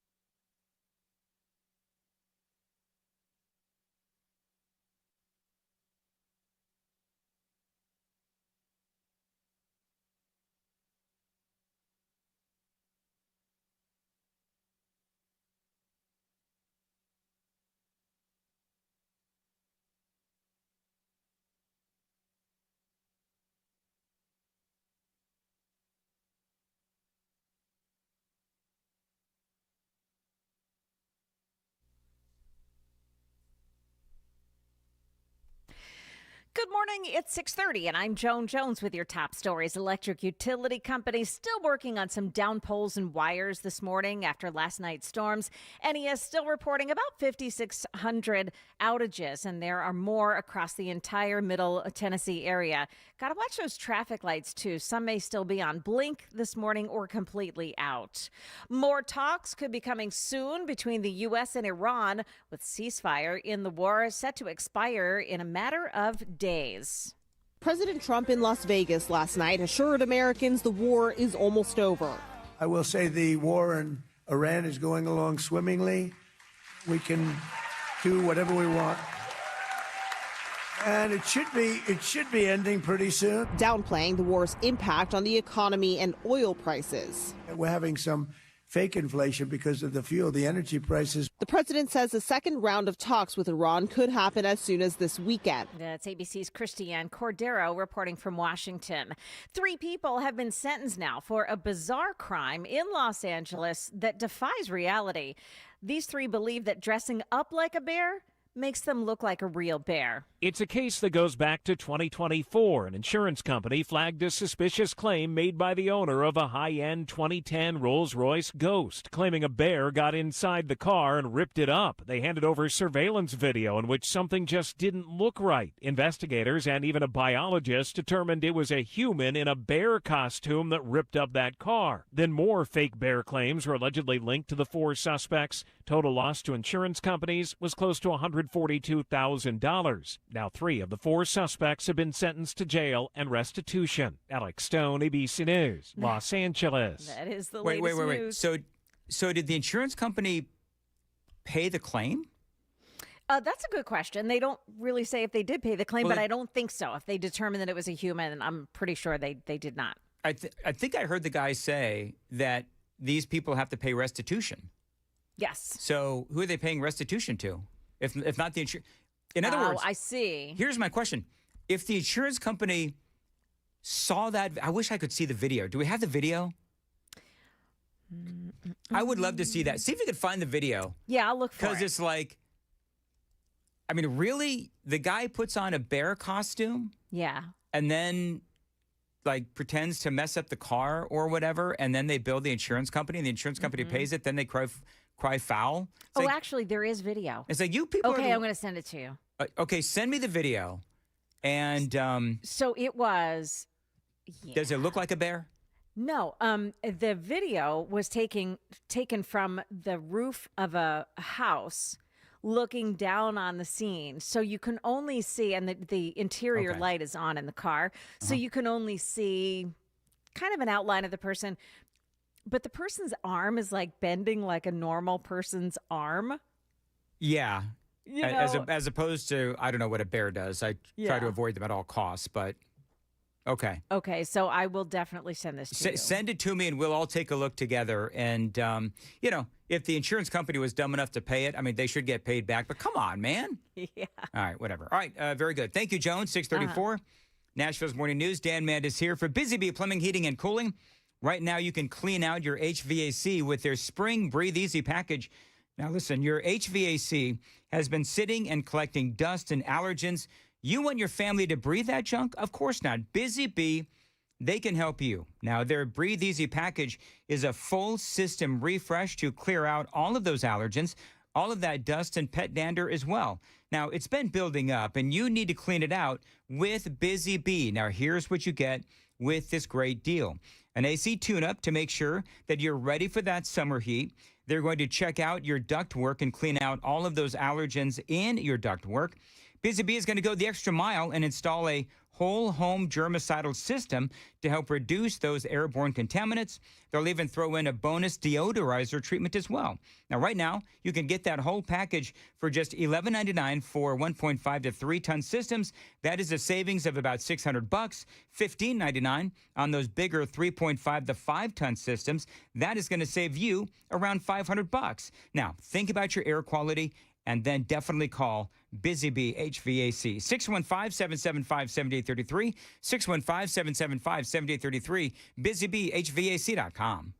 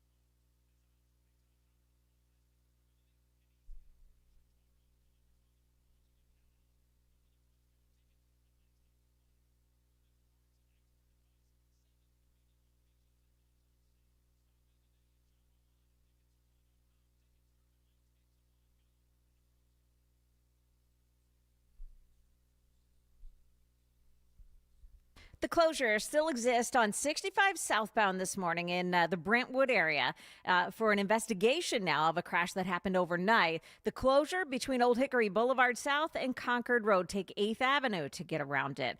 Concord Road is all jammed up because people are trying to get off there to get onto 65. So you've got some delays both directions between Franklin Road and Wilson Pike. Now, Edmondson Pike in Paragon Mills, there's a crash at Nolansville Pike to get around. 24 eastbound in Antioch, slow going around Hickory Hollow Parkway with a crash off to the right shoulder. Traffic every 10 minutes every morning on Super Talk 99.7 WTN.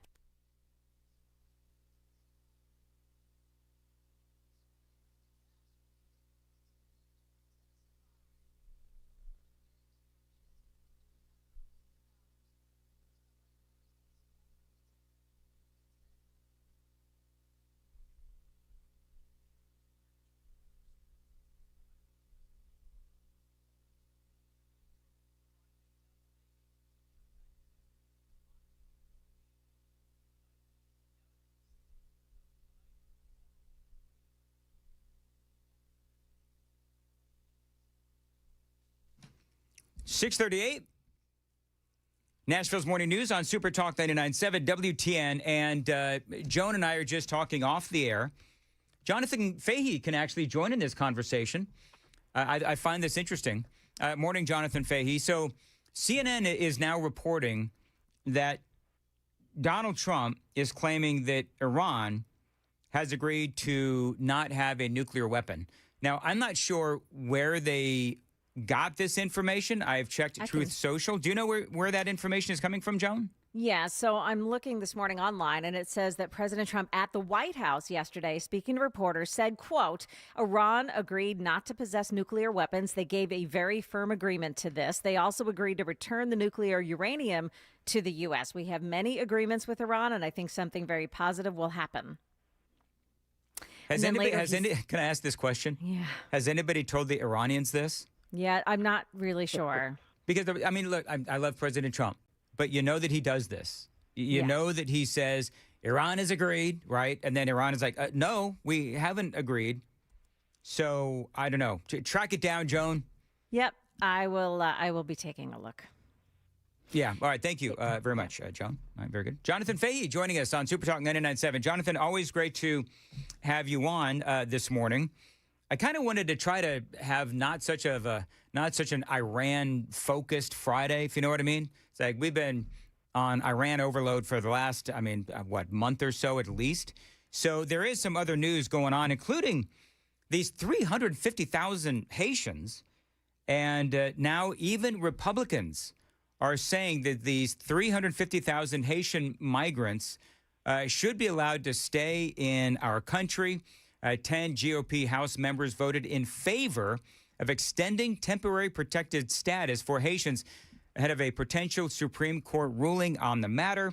So, Jonathan, I don't know. This is a little frustrating. Clearly, the American people have been supportive of mass deportation. What's your thought on all this? I'm not surprised at the Democrats, obviously. I'm not angry. I'm disappointed at the 10 GOPers. Yet this is really surprising that it came out and also coming out now because it clearly undermines President Trump's overall immigration policy. If you start granting amnesty to certain people or certain groups, it's going to encourage more illegal immigration, more people from these countries, more fake asylum claims. And it seems like we've been down this road so many times, and, it seems like Republicans don't really learn this lesson because so many political careers have been lost by favoring amnesty on the Republican side of things, and they always try to claim it's not amnesty or whatever, but it's like temporary protective status. And I believe for Haiti it was initially for an earthquake, 2009, 2010. During Obama. So these people are fleeing an earthquake still. It's like, and you can't send them back to Haiti apparently because it's such a horrible place to live. But then if you were to get on the other side, if Donald Trump would say Haiti's a horrible place to live, or using more colorful language, people would be mad about that. It's pretty amazing to me, but it's like, it's government 101. Temporary is never temporary. Whenever they have words like, comprehensive, holistic, it means they're lying. Like we always know when you hear these things. It's like that's a vehicle to get people in because it seems humane, it seems fair, and then you can never, ever get them out. And remember, I think Bill Maloogian was reporting on this yesterday. Most of these people came in during Biden, so they weren't fleeing an earthquake, and they were coming in not from Haiti, but from other countries they had been living in. So it's just insane to me that we are even talking about this. And I think Brandon Gill, just one last point, he was on the House floor talking about, I think 65% of Haitian families are on welfare. So it kind of cuts against the grain when people like talking about how much they contribute to the American society. Well, if you're on welfare, you're really not one of the highest level contributors. I'm not saying you're a bad person, but it certainly is not uplifting our country. If 65% of Americans were on welfare, we'd actually be called Haiti. I mean, that's the truth of it. So it's just disgraceful on so many levels. Well, and it's a wonder people, I have stopped defending the Republican Party. Like I can't. When we have a majority in the House, we have a majority in the Senate, we have a majority, we have the White House. And so we're still doing stupid stuff. And this is what gets so frustrating. And you see that, you've got all these Republicans who are siding with the Democrats. And I mean, the only thing that I can think of is that these 10, and I have not done a dive into their districts, but I think is it safe to assume that these 10 Republicans are in, Democrat-leaning districts, maybe districts that, I don't know, have a lot of Haitians, have a lot of migrants? I think some of it's that. Some of it they're getting pressure from the business communities in their districts because a lot of them are employed there, so employers and stuff like that.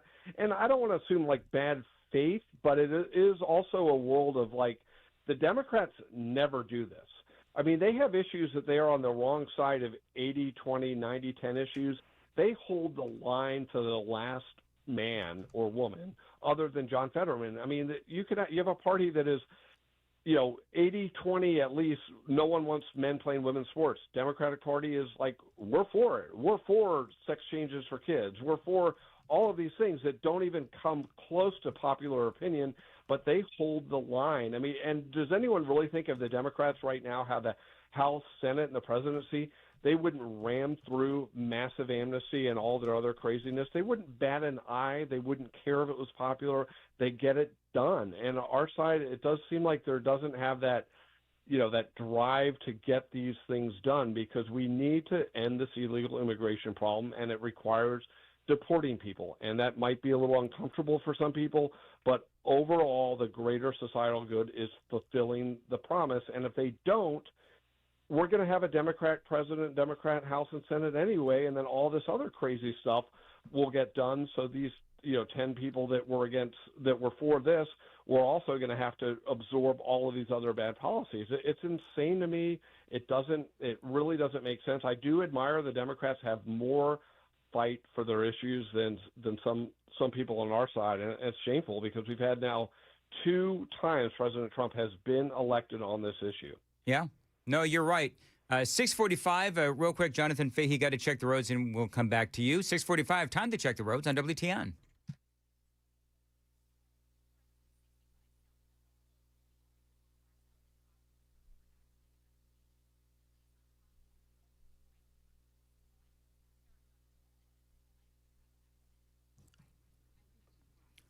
As far as the weather goes, partly sunny today, very warm, a high of 89, feeling like 91. Saturday, cloudy, breezy, not as warm. Heavy thunderstorm in the afternoon, a high of 79. And a sunny Sunday with some clouds and a high of 67. So I looked up where these TPS Haitians live and where the highest concentration is. Florida, not surprising. They say in Florida, greater Miami-Dade, Broward, and Palm Beach counties, North Miami as well, a place called Little Haiti in Miami, New York, New Jersey Metro, and Massachusetts. So those are in the Boston Metro. And New York, New Jersey, you're talking about the second largest significant populations in Brooklyn, Queens, New Jersey areas as well. They say that New York State has about 19% of the Haitian migrants. Now, we know that President Trump won Florida. We know that the Republicans have been doing very well in Florida. So, you know, when you talk about 158,000 Haitians estimated in Florida, then, you know, eventually that could have ramifications if these folks at some point are allowed to vote, which I think you just said. You know, that's really what the Democrats ultimately want to do is to, number one, they want to impact the vote. Number two, they want to have these illegal aliens, migrants, whatever you want to call them. They want to have them included in the census so that they get more representation in the House of Representatives. That's exactly right. It's all about voting. And the Democrats, I mean, again, back giving them credit today because it's like they are playing the long game on this immigration issue, and they know the more people they could get to stay means these are more voters, at least on average. You know, they're going to get 2/3 at least of them as voters in perpetuity, and it will encourage more people to come. And they play this game, and they play it to win. And it's just astonishing to me. And I know, you know, you always hear, and, you know, I think Laura Ingraham covers this a lot when people are like, oh, these are jobs Americans won't do, and, you know, all of these things. But I find that just, I don't know, it seems hard to believe because, you know, I grew up in this country and these jobs were getting done before all these people came here. So it's not like all of a sudden, you know, Joe Biden brings in 15 million people and everything got great and the economy got better. It actually didn't. So all of the arguments that support it just don't make sense. And I do understand that certain businesses will take a hit, but those businesses will adjust, just like businesses adjusted when we had a massive influx of illegal immigration. Businesses adjust, the products, their services, all of them adjust. So they can adjust the other way. And it may be hard for some of them, but it's also really hard for Americans if we have to continue to absorb massive illegal migration that is designed simply to benefit a political party or the illegal migrant or a very narrow set of businesses. Yeah, and it's no wonder why the Republicans get so, what's the right word? Downtrodden, I guess, would be maybe a phrase. I just get so frustrated with our own party. Jonathan, I don't know if you know this. We have a text line, and people, of course, are chiming in all morning long on the things that we talk about. 8602, we obviously have many corrupt Republicans as well. And Sally basically paraphrasing saying that it doesn't seem like the Republicans don't have the same fight. Clearly, we don't have the same fight. But I want you to put your political analysis hat on now, if you would. How are you feeling about the midterms? We're getting closer and closer. Gas prices still remain high. We have Republicans that are just getting sick and tired of the weakness of the Republican Party. You and I, well, yeah, I don't know about you, Jonathan, if I may. You know darn right well that if the Democrats get hold of the Senate, that they are going to eliminate the filibuster and they're going to put in all of the things that the Republicans are too chicken to do right now. And I think that's going to be the downfall, not only of the Republican Party, that's going to be the downfall of America. Yeah, exactly. If the Democrats get in, we're going to have a one-party country. Make no mistake. They're going to open the borders, give citizenship to every illegal alien, pack the courts, do all of their nonsense, and they're not going to feel bad about it. They're not going to wimp out. They're going to achieve what they want to achieve. And, yeah, I'm not feeling very good about the election because, you know, you have things like, well, the economy has to, you know, gas prices have to go down, which I'm confident they will, not overly confident, but I am confident that Iran will settle down and we'll be in a better spot there. But if the Republicans do things like this, do the Dignity Act, or even if they don't pass, but they seem to be, some of them, supportive of it, I think the demoralization of the Republican voters is going to be enormous because it's like, everyone is going to be like, what do we have to do to get the things we want done? We give you the House, we give you the Senate, we give you all these governorships, we give you the president, and then you come back and then you go to Washington and do things to benefit Democrats. I think it is so beyond demoralizing, like these particular things. And, you know, even when they don't pass, it crushes our base because you want to see fight. And that's one of the great things about President Trump that I think people have liked he's been willing to fight for the American people. He likes actually the American people as well, which the Democrats can't really say in good faith. But it's like you want to have people that are fighting for you, fighting for your interests. And this idea that having 360,000 Haitians stay is going to make most Americans' lives better is laughable. And, and everyone knows that, and they still do it anyway. It's like it would be so inspiring if our side held the line on stuff, push for, conservative judges, not wimp out. Democrats don't wimp out. And, I don't like them as a whole, but, as a party, but it's like they achieve what they seek out to achieve. And you go back in history, it's like Obamacare. They got it through with, 50 votes, so it's like they get their stuff done. And, I think it will be really ugly if we can't change course, get the economy going, and start passing things and achieving things that help the American people, but also achieve the Republican goals. Because if you can't achieve them, what's the point of sending you to Washington? Well, you said, not to belabor the point as we wrap this up, but 65% of these Haitians, you said, on some sort of government benefit. You look at that. You look at the Somalians as well. Then you look at the fraud associated with these, groups that have come into our country as well, taking advantage of our generosity. And I think roughly half of the American people are really tired of our generosity being taken advantage of. And it is frustrating that our party, the Republican Party, is allowing this to happen. It just ticks me off. On that note, Jonathan, happy Friday and have a great weekend. You too. Thank you. All right.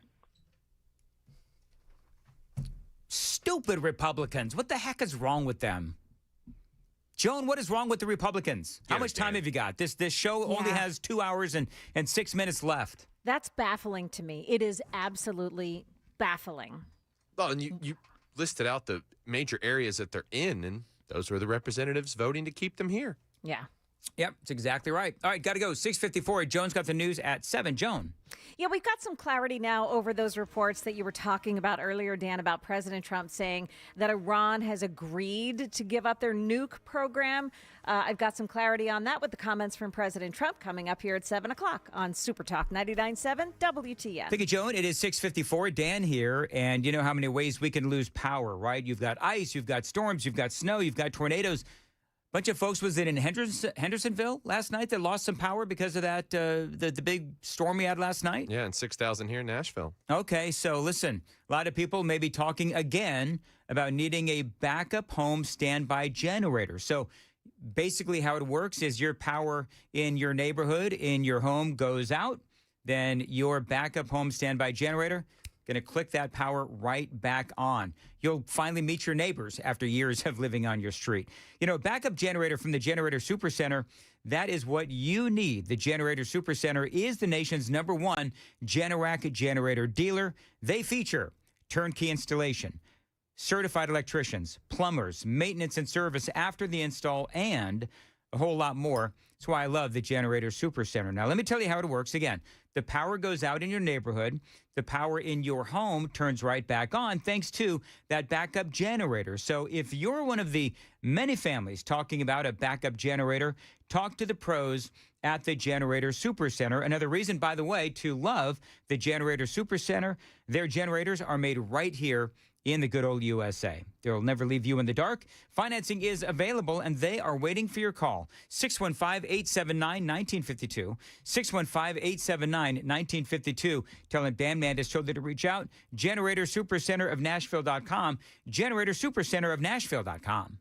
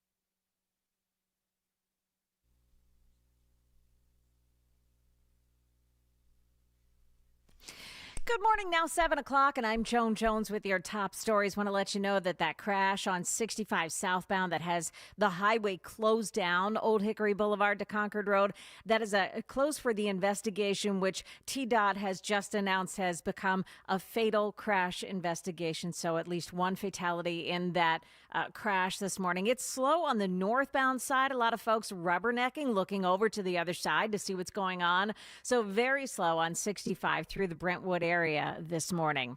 In the news this morning here, the NES outages are numbering about 6,400 at this point, and that number has actually gone up this morning since we began. It comes after a strong line of thunderstorms charged through Nashville last night. Now, at the height of the storm, the outages totaled 80,000 across the entire Middle Tennessee area. NES is warning customers to stay away from any downed wires. Several Nashville area schools are closed today. The NTSB is out with its preliminary report on a school bus crash that claimed the lives of two Kenwood Middle School students late last month. News 2's Bob Mueller. Now, dash cam video captured the bus crossing the center line, but the NTSB report now confirms it. So far, the driver isn't facing charges, though a victim's family is suing the driver and the school district. The report also said the weather was clear and the roads were dry. A 10-day ceasefire between Israel and Lebanon took effect last evening after talks in Washington this week, but it's anyone's guess how long it'll last. When you get to the discussion about long-lasting peace in the region, Israel saying it wants to disarm Hezbollah and protect its citizens or reduce any threat that Hezbollah could pose to residents in northern Israel. And then at the same time, you have Hezbollah saying that they will not lay down their weapons. And so you have a potential impasse there. ABC's Marcus Moore reporting the Trump administration says the blockade in the Strait of Hormuz has expanded from just ships headed to and from Iranian ports to cover all so-called shadow fleet vessels that serve Iran's oil exports. That's according to the Wall Street Journal. The Pentagon announcing that it would board those ships, it says, wherever in the world they are. Meantime, President Trump continues to say he's optimistic that a deal with Iran can be reached soon. He also claimed last night that Iran is willing to negotiate even over its nuclear program. He was speaking with reporters late yesterday before leaving for Las Vegas. We have a statement, very powerful statement, that they will not have beyond 20 years. That they will not have nuclear weapons. That's beyond. There's no 20-year limit. Yeah, he said there's no 20-year limit there. We have not heard the Iranians say those words. Still waiting on that confirmation. So far, talks for the weekend have not been scheduled. And a federal judge has blocked the Trump administration from doing construction above ground at the site of the Trump ballroom. Judge Richard Leon saying work below ground on a national security facility can proceed. But then he paused his own order from taking effect for 7 days while the Trump administration appeals. On Truth Social, President Trump raged that judge won't allow the government to use $400 million in donations. He instead, he says, wants taxpayers to foot the bill. Market numbers brought to you by Beacon Capital Management online at beaconcm.com. And stock futures ticking higher this morning. Dow futures are up 237 points. That's the latest news. Traffic and weather next. I'm Joan Jones, WTN News.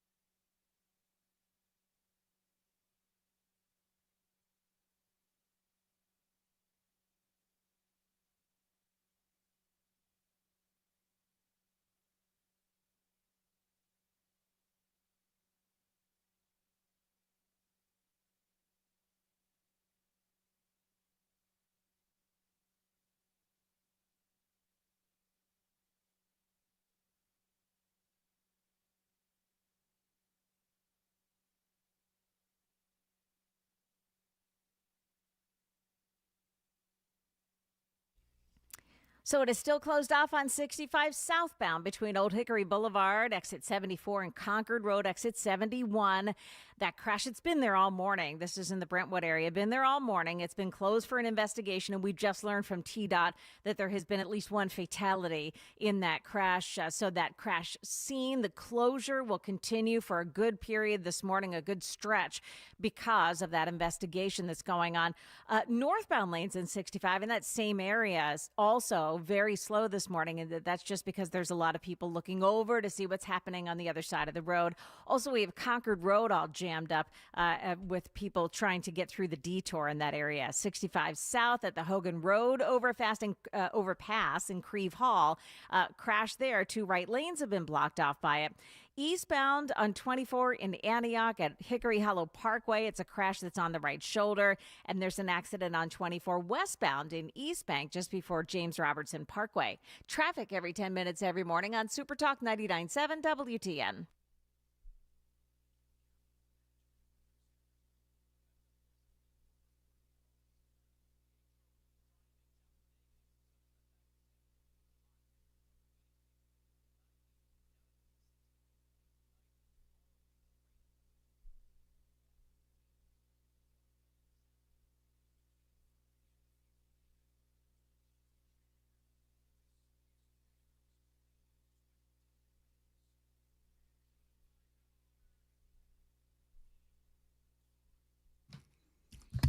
.707 Nashville's Morning News on Super Talk 99.7 WTN. Good morning to you, friends. Hey, Joan, have you seen this video of Kamala Harris at the gas station? No. So she put out a video, and she is, I don't know. You know, the first thing that I noticed about Kamala Harris and how she's is how she's dressed. Like, she got a pantsuit on. Like, is she trying to channel Hillary? That's my question. Is Kamala Harris trying to channel Hillary Clinton? That's number one. But number two, people are calling this a very awkward, almost like a presidential announcement. I'm going to play this video, and I've got audio too.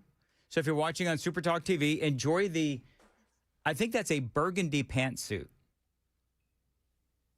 You know, she needs to, like, if she's going to be doing a video at a gas station, the woman needs to, like, dress in, like, some denim or something. Just at least look the part. From President Trump. That pantsuit, actually, it was white originally, but then she rolled around on the floor in a bunch of Cabernet. I don't think she rolled around. I think she fell, and because she was so drunk, and she just, like, you know, wallowed in it for a time. Licking it up off the floor, no doubt. Oh, God. Moving right along. All right, so this is Kamala Harris. Hey, everyone. So and here's what she had to say. You got some audio for me, Sam? There we go. Hey, everyone. So I'm here in Charlotte why is that since not the start of Sam, is that not playing? Is that me or Trump's war of choice? It's 50. Hold on, let me play it again. Here we go. So glad it's Friday. Hey, everyone. So I'm here in Charlotte since the start of Trump's war of choice. It's $15 more every time you fill up your tank of gas. The price of diesel has now gone up 80% since the start of the war. Yeah, can I just say this though? Like, I don't begrudge Kamala Harris. I don't begrudge the Democrats from saying, "Oh, look at the price of gas." I don't begrudge that. But it's like, do you remember what gas prices were like when you were in office, Kamala Harris? Right? I mean, does she really have that much of a lack of self-awareness that she doesn't understand that whatever the gas prices are right now, when Biden was in office, they were higher? Like the lack of self-awareness and the expectation that people just don't remember just a couple of years ago when gas prices were way high. And they were like, oh, gas prices aren't really that high. Oh, look at other nations across the world. You know, all that stuff that they did. Yeah, she has the audacity. But I'm not going to begrudge it. She's a Democrat. That's what she's going to do. And by the way, Republicans are complaining about the gas prices as well. Bottom line is, part of what they're saying is that this is an indication that Kamala Harris is going to be running for the presidency. And you best believe that's going to carry over to how much you're paying for all the goods that are being transported on those semis. We've got a president who is paying more attention to what he thinks is in his best political interest and personal interest as opposed to what is in the best interest of working people in America. Listen, I'm not going to begrudge somebody saying that, because the reality is that while Donald Trump can walk and chew gum at the same time, when he engaged and embarked on this situation with Iran, he knew that that was going to be one of the consequences. That's going to be one of the narratives that the Democrats are going to be able to present. And that was already a problem with Donald Trump. Remember before the war in Iran, there was a polling out there and everybody on our side was celebrating, oh my gosh, he solved all of these conflicts across the world. Meantime, we had a lot of issues here. And so Donald Trump worked really hard to fix those issues. And, you know, think back to before the war with Iran, gas prices were low, definitely lower than when Biden had it. And they still are, but they're higher now. But we had really good low gas prices. We had inflation that was definitely correcting, slowing down. We had a lot of things that were going well with our economy. Now, the stock market has gone back up. That's really cool. But when he decided to do this, he opened himself up to that criticism. And I'm not saying that I don't support what the president is trying to do in Iran. I still have my concerns. But he did hand the Democrats that specific talking point on a silver platter. And I don't care how much of a supporter of Donald Trump you are, you've got to admit that that's what he did. But I could just as easily say, as I did, really, Kamala? Because let's look at what happened when you were in charge. We just spent the last segment talking about the 350,000 Haitian migrants that are in this country, that are now apparently going to stay in this country because we didn't have the Republican enough of a majority in the House of Representatives. We had 10 Republicans that decided, oh, yeah, let's just, allow these Haitian migrants to stay forever. It just feels like if you are a conservative right now, you just can't win. And it gets so frustrating because, you can scream the Democrats are going to nuke the filibuster. If we don't do it, come on, guys, come on. And what do? They don't do it, right? They always say that they need more of a majority. That's number one. Then you say, well, at least we're, doing everything we can to get all of these illegal aliens out of here. And, of course, the 350,000 Haitians, they're on this temporary protected status. Donald Trump tried to do something about that. We had 10 Republicans in the House of Representatives say, oh, no, we want to keep the 350,000 Haitians. Republicans did that, even though you've got, 65% of these Haitians that are on some sort of a government dole? And so if you are a certain shade of Republican, and I mean like really red, everywhere you look, you're being let down. And so it does get really frustrating because, as I just said, Kamala Harris was able to pluck her head out of her butt long enough to come up with that video. And so the more you look at the news and the more you look at the polling and the longer that this war takes, the worse those talking points are going to be for us. Even if you understand why, and I do, I understand why the president went into Iran. Totally get it. And I'm trusting him to make the right decisions. But again, the longer that this goes, the more we're going to hear from the likes of Kamala Harris. Now, I like what the president is doing, celebrating his tax cuts. I've got some audio, some great audio from President Trump in Las Vegas. That is coming up next. 7:15, time to check the roads on WTN.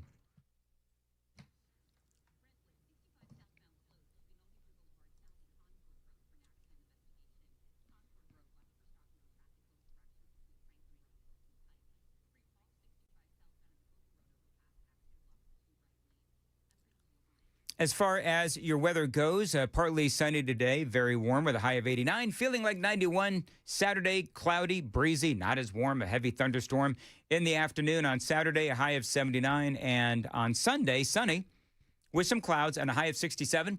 Appreciate you listening to Super Talk 99.7 WTN. Hey, Sam, could you do me a favor? People are asking me to we named the 10 Republicans, I think we did, during the interview with Jonathan Fahey. At least we named some of them. Can we go ahead and pull the 10 Republicans up that voted to keep these 365,000 Haitians? Here. Oh, you have them? Go ahead, Joan. Yeah, so... I love the people that are like, I dare you to read the names, Dan. Yeah. Why is that a dare? Do I have all 10? Go ahead, Joan. Congresswoman Maria Elvira Salazar of Florida.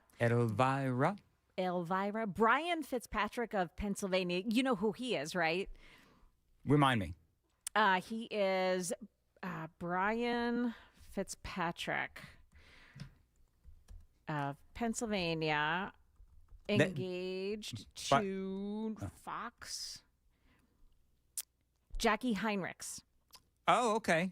All right. He is engaged to Jackie Heinrichs. So, yeah. Jackie Heinrich, Fox News. Mm-hmm. By the way, 0023, Kamala Harris always sounds drunk. Mike Lawler of New York, Don Bacon of Nebraska. Mike Lawler in New York, that does, I said this last hour. Mike Lawler in New York, that surprises me, actually, because he's usually, pretty conservative. However, it sounds like he's probably in a heavy Haitian or heavy, sort of Democrat-leaning district, even though he's a Republican. Yep. All right, go ahead. Congresswoman Nicole Malliotakis of New York. All right.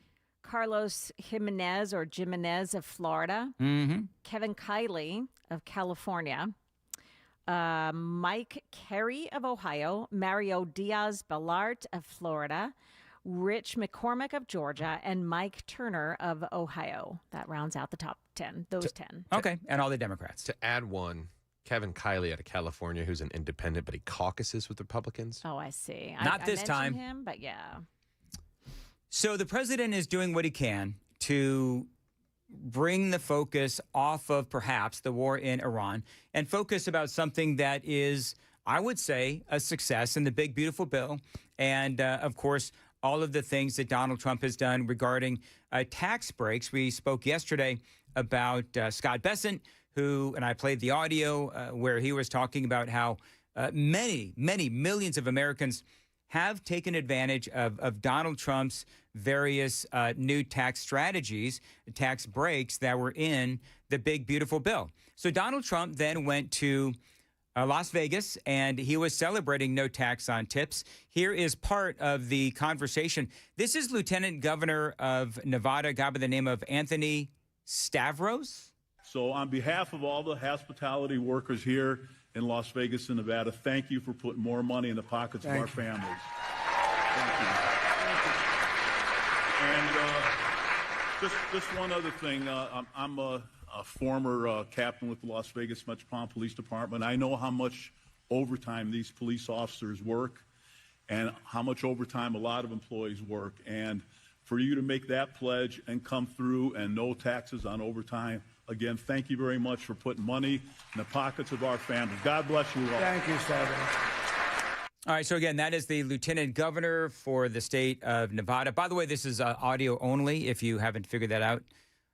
Sam, this is a bartender named Nicole Williams, and she talks about the greatness of how Donald Trump's tax cuts have helped her and her family. A reminder that it's promises made, promises kept for you. And so to see that come to fruition was amazing. And I do have 7 children, so the earned income tax credit for them is going to be helpful as well. But we will expect to see a greater tax return we can use for a car or, for our son going to school, like a trade school. It's our oldest child. So we're very excited. And I just want to thank you so much for getting that done for the people and for my family. Thank you. I believe the president is doing the right thing in trying to divert attention back to his domestic priorities. And I think that it is a good thing. He's bringing out people that have been helped by the Trump tax cuts. You know, there's going to be people, I'm not on the super text line right now, but there's going to be people I know that are going to tell me they didn't help me at all. I understand that. But the reality is that the numbers don't lie, and the numbers show, well, sometimes the numbers lie. It depends on how you spin the numbers. But there's been a lot of people that have been impacted positively by Donald Trump's tax cuts. And I've spoken to, one way or another, a lot of them. And so there's going to be some people that the Trump tax cuts helped. There's going to be some people that did not get helped by the Trump tax cuts. But whatever your personal experience is, does not distract away from or detract from the fact that many people have been helped, including this woman. This is Erin Phillips. She is an advocate for moms, and she talks about how the Trump tax cuts helped her. One more thing that I just really want to highlight is the federal tax credit scholarship. And I just need you to know that this is a game changer for families and who feel stuck. I think oftentimes we have these families that I already mentioned that they feel outmatched by systems, and they are stuck in a system that is not working for their child. And so what this scholarship does is it expands education freedom. It gives parents the power to choose the right education for their children. And families that we serve in our community, it means hope, it means access, it means a future for their children that they otherwise wouldn't be able to afford. And we are already planning, preparing to help families access this money here in Nevada. So thank you for that. And lastly, I just want to say that I'm grateful for your leadership because you recognize the critical role that families play. So thank you so much. Thank you very much. Great job. Thank you. It's funny, too, because people, I don't know if you've seen this online, Joan, but people are basically accusing President Trump of, like, propaganda because they've got all of these people that the tax cuts have helped, and they are there in sort of this forum way, talking about how these people have been helped by the Trump tax cuts. I would respond to that by saying, y'all remember when Joe Biden was, during the campaign, and Joe Biden is running to become president, and you would have NBC. I remember this like it was yesterday. You had NBC have I don't know if you remember this, Joan. You weren't with us yet, but a forum of undecided voters. Do you remember this? NBC did this, a forum of undecided voters, and Joe Biden was up there on the stage. And it turns out, through some sleuthing, that the same people that were up there asking Joe Biden questions and commenting on things, these undecided voters, had actually appeared in a segment on MSNBC earlier in the campaign talking about how they supported Joe Biden. Yeah. Yeah. You remember that whole thing? Oh, Yeah. my goodness gracious. It was so funny. By the way, Joan, have you smoked any weed lately? No, that would be a no. Okay, well, because apparently CNN is all getting excited about how women and weed, cannabis, on the rise among female users. I think it's because you women have to deal with us men. I think that this is an effort by CNN to make women feel like, oh, if I'm a liberated woman, I'm going to go smoke pot now. Maybe, it's the power of suggestion. It's like, oh, wait, what am I missing? All these women are smoking pot. Maybe I should go smoke pot too. Well, it's just socially on the rise in general, and it happens to have a lot of medicinal benefits for women. Mm-hmm. Does it? I don't know. Does pot have medicinal? There's a thing we don't get that happens about once a month. Really quells some of the symptoms of that. Oh, does it really? Both physical and mental. Okay, I did not know that. I'm for medicinal marijuana, so I have actually, Like I said the other day, it could cure the hysterias.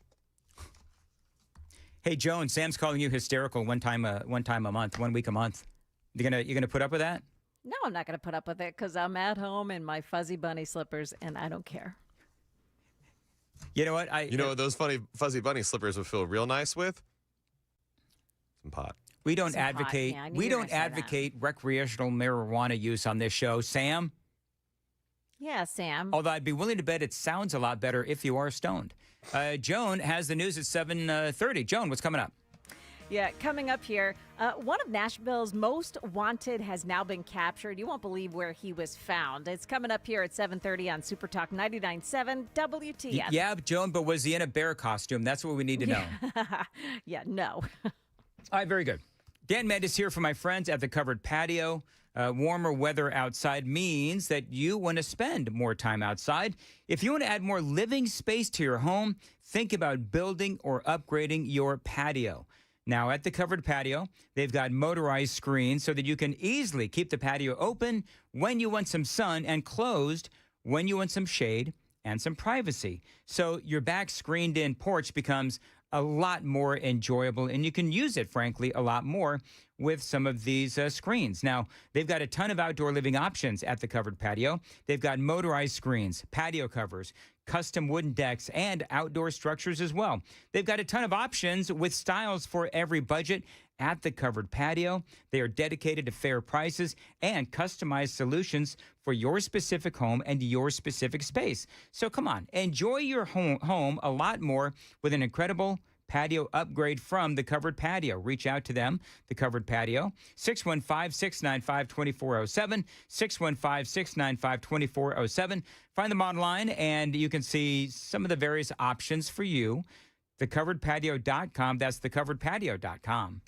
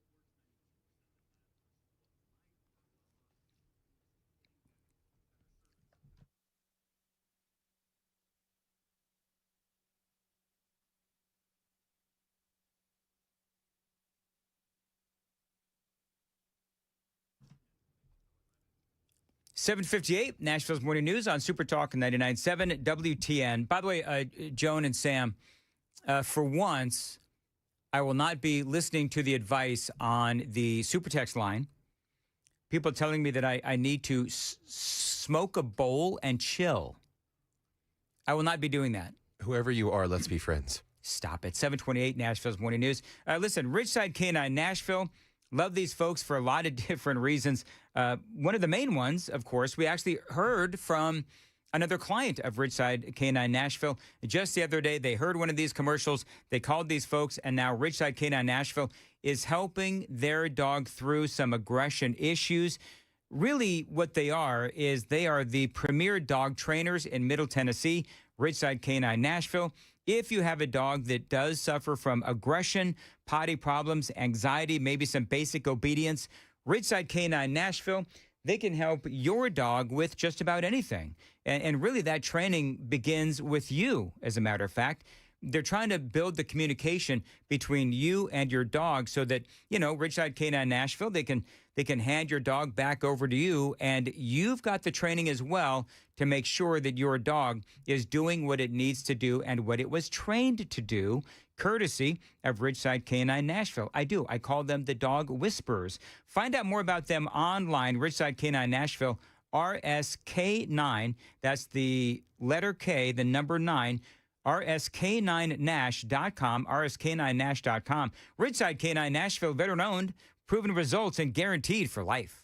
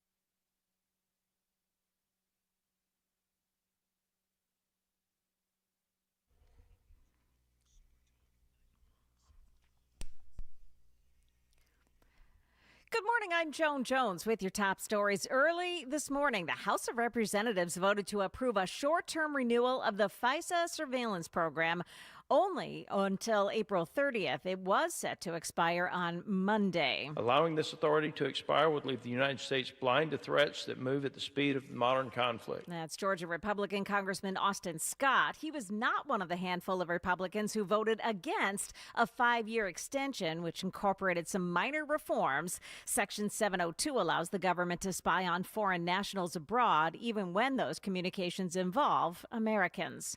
Also yesterday, 10 Republicans voted to allow the 350,000 Haitian nationals living in the U.S. to be protected from deportation. Texas Congressman Brandon Gill voted against it. Does mass migration from Haiti benefit the American people? The answer is obviously no. 65% of non-immigrant Haitian-headed households are on welfare. Does that make America stronger or more prosperous or more wealthy in any way? Of course it doesn't. Passage of that bill means Haitian nationals under the program cannot be deported for another 3 years. One of Nashville's most wanted, captured now, 32-year-old Dominiquez Sandifer, arrested Wednesday at a home on Lishi Avenue.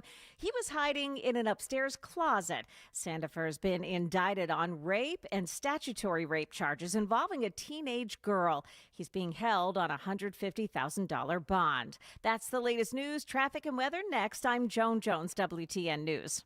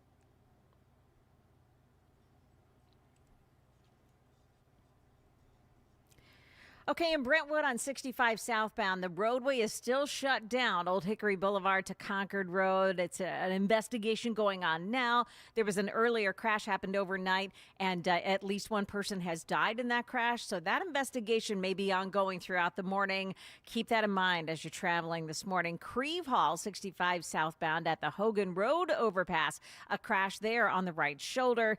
Got a crash on 40 westbound out at the airport at Donaldson Pike, and it's in the left shoulder. 40 eastbound in Watkins Park. Right at Charlotte Avenue, there's a crash as well. Traffic every 10 minutes every morning on Super Talk 99.7 WTN.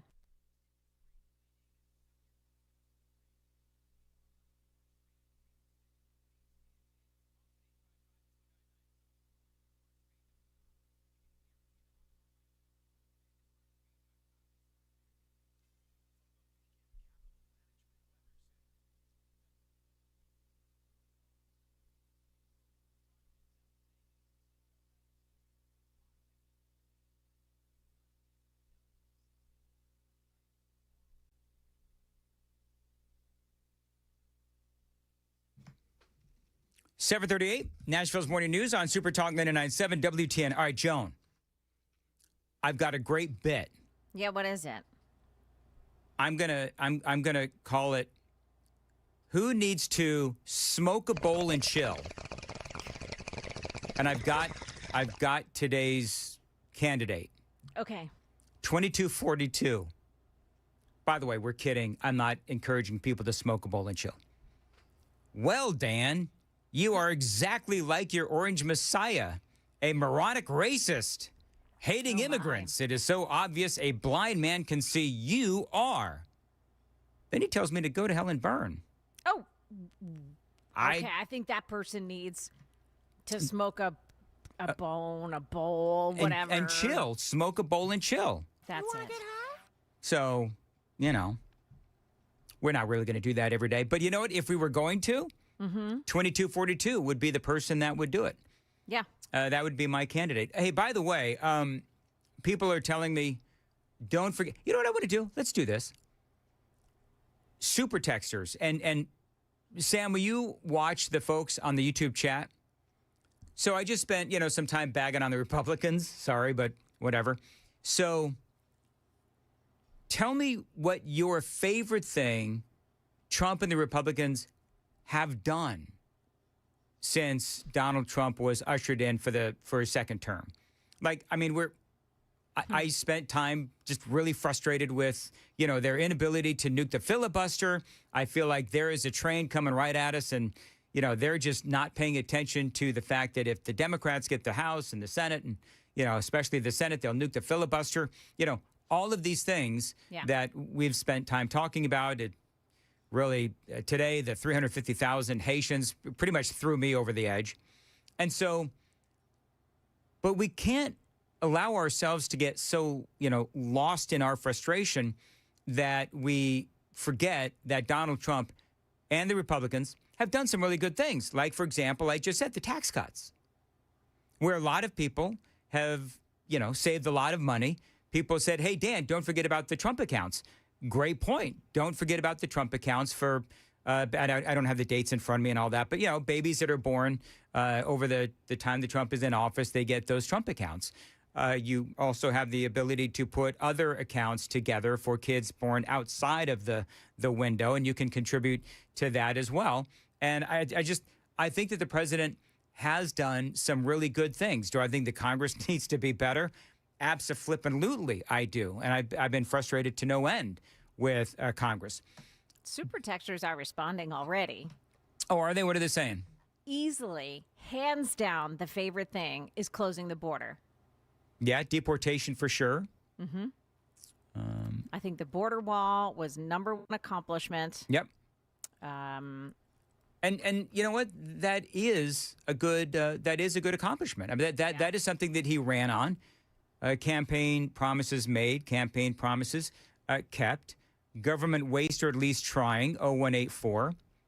That's good as well. Peter said border closed. Josh, deportations for sure. I mean, I think along those lines, we're really happy about that. the problem for me and everybody else who's listening is that the border's closed. Great. But all those people that got in are not back out of here. No, they're not. And part of that is, of course, you have the Democrats that have been fighting President Trump at every turn. And so you have that aspect to it. You have the fact that there's just so many here.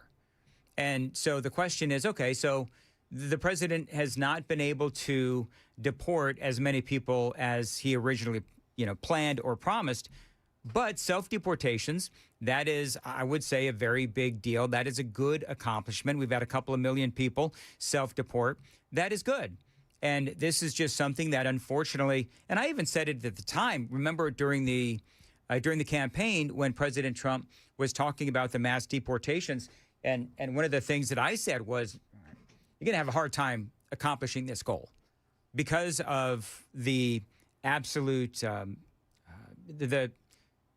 the Democrats are not going to allow you to do this. The Democrats are going to put up resistance at every turn. The Democrats are going to do whatever they can do to hide the illegal aliens, and that is essentially what they continue to do. So the president is, in my opinion, doing the best that he can under the circumstances. I think that there are times when politicians, they do make promises. I talked earlier, this was a couple months ago now, but, when I said Donald Trump ran on no new wars, did he leave himself up for criticism when he campaigned on that? And then here we are mired in this situation with Iran. Yes, stuff changes. I totally get that. Things do change. But the reality is that when he ran on that, he did leave himself open to criticism. Whether or not it's justified, I'll leave up to you.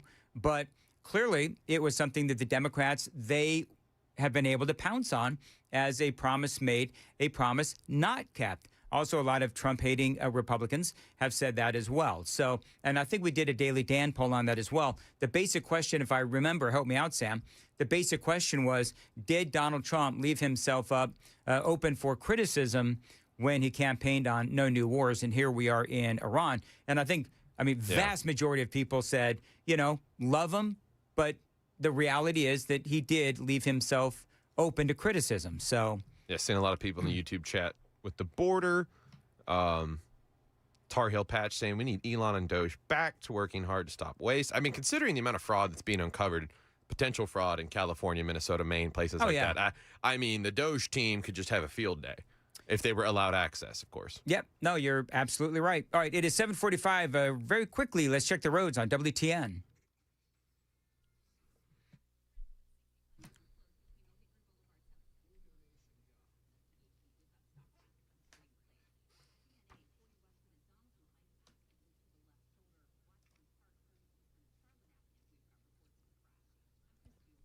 All right, real quickly, as far as your weather goes, partly sunny today, very warm, a high of 89, feeling like 91. Saturday, cloudy, breezy, not as warm, heavy thunderstorm in the afternoon, high of 79, and a sunny Sunday with some clouds and a high of 67. Appreciate you listening to Nashville's Morning News on Super Talk 99.7. Audio only in this segment, just so you know, Sam. So the Nashville property tax debate, that, of course, does continue as well. Just to let you know, today is the deadline for Nashville property owners to file an appeal.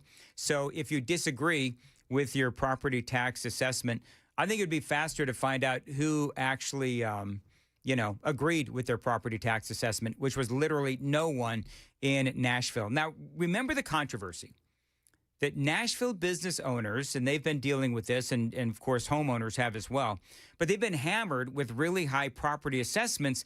It is impacting their ability to even stay open. And yeah, this does impact residential, homeowners as well. But I want to focus on business owners right now because I saw a really effective video that I'm going to pull some audio from. But the property tax rate, right, combined with massively high property tax assessments led to some business owners having their property taxes more than double. Remember that guy, Tom Morales? He owns and operates several businesses in Nashville, saved some as well. And you'll remember when this story was going on really a couple of months ago where he said that he couldn't even get a discussion with the mayor. Morales wrote the mayor a letter and asked for a meeting. The mayor did not respond. So we asked the mayor if he was going to offer any relief to Acme. In short, the answer is no. No help for Acme. It's just business, says the mayor. Yep. Dennis Ferrier, Fox 17. Great reporting by Fox 17. That was a report on Tom Morales, the guy that owns Acme Feed and Seed. So now Davidson County property assessor, this is how the story has forwarded. The Davidson County property assessor doesn't seem to care, just like the mayor doesn't seem to care as far as what is going on with some of these business owners. She put out a statement. She is blaming the mayor and the Metro Council for the massive increase in tax bills. She put out this statement that says somewhat, this is a partial statement, any message that states that your property tax bill is determined by your property value alone is incomplete and misleading, says Vivian Willoit.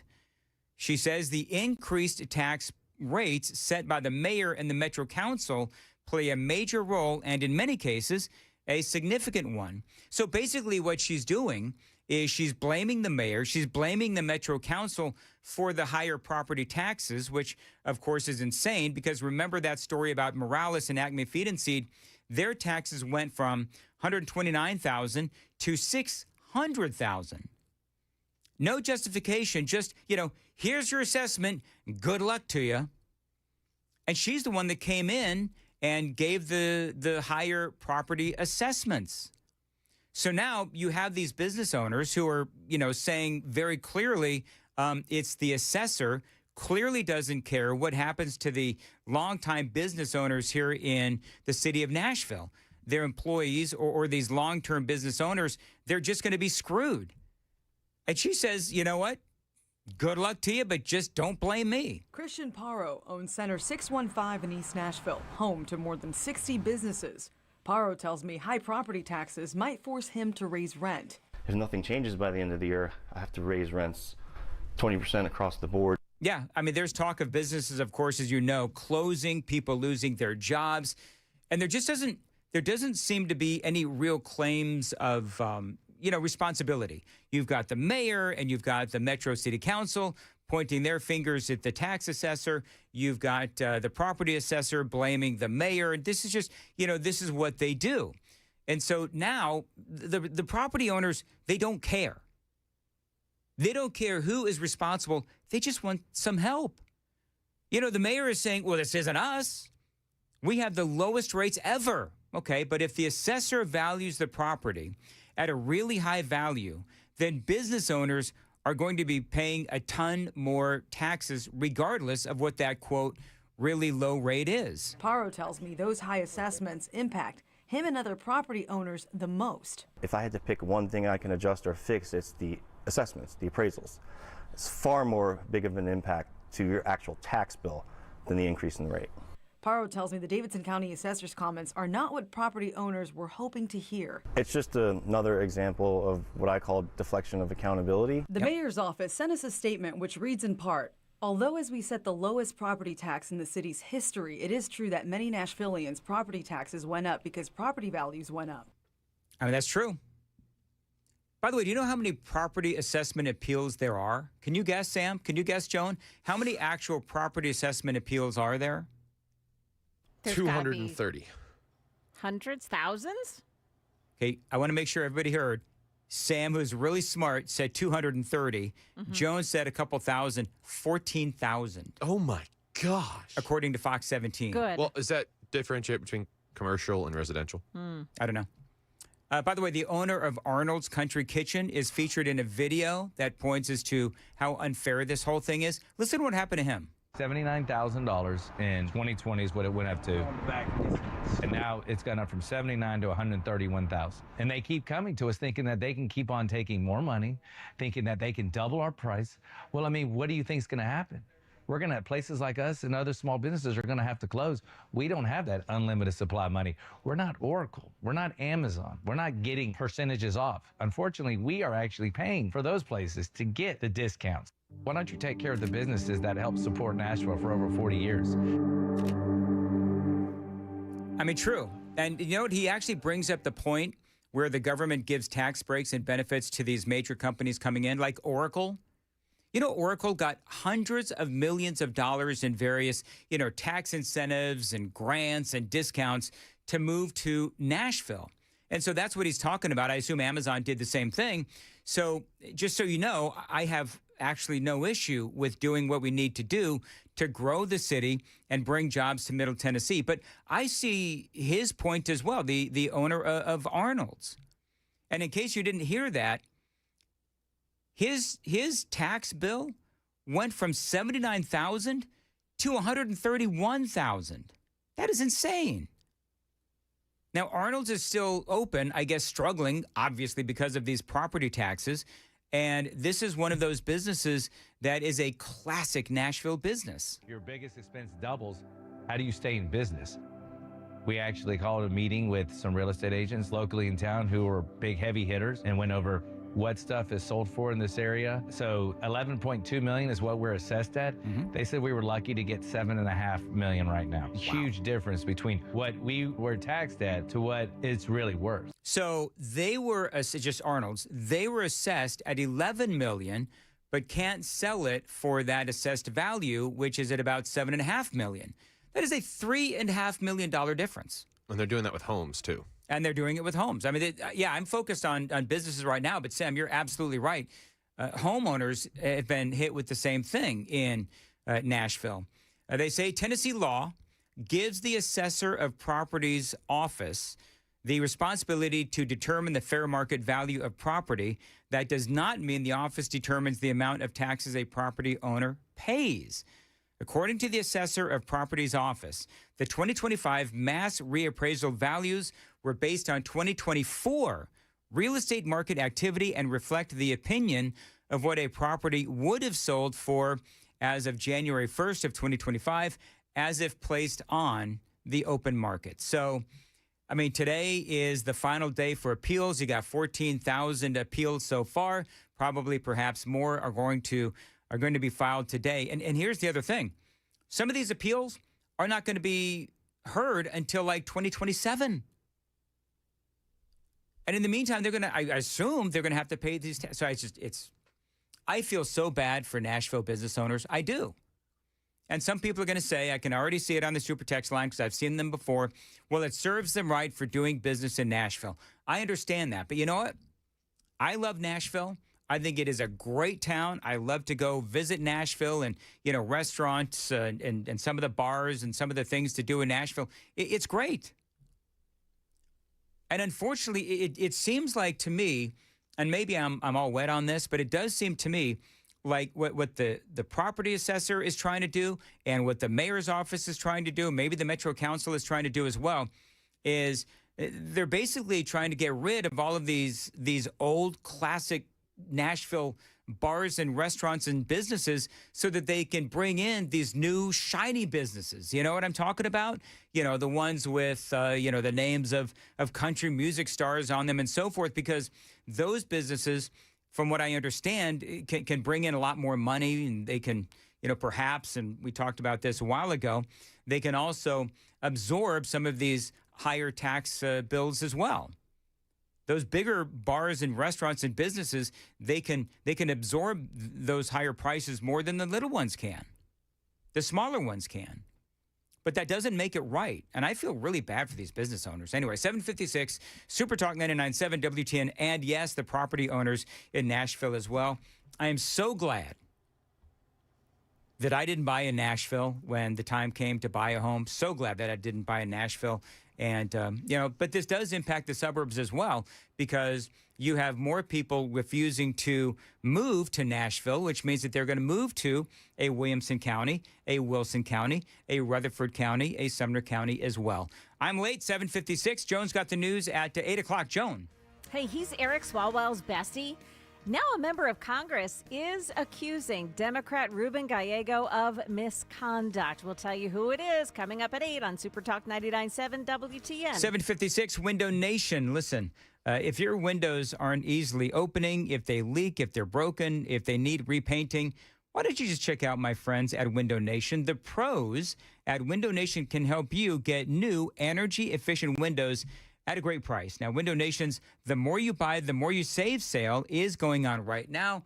you can save up to 50% off all of the windows for your home. You could also get them with 0% interest financing for 5 years.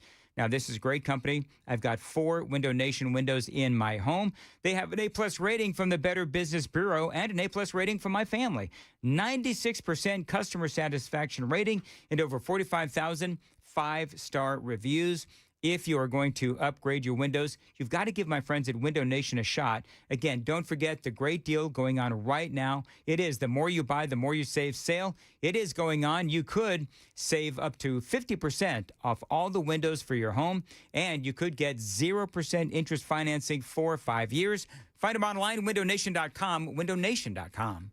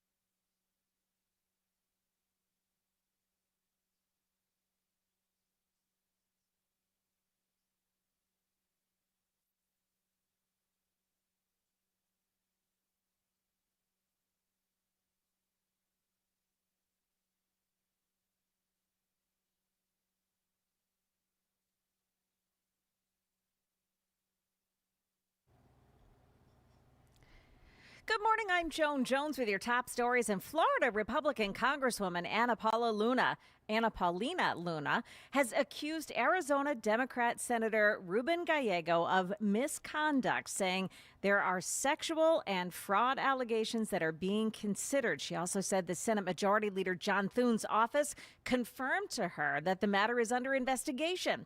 On the CBS podcast called The Takeout, Luna said, quote, anytime that you are knowingly engaging in purchasing someone for sex, that this is something that should be taken seriously.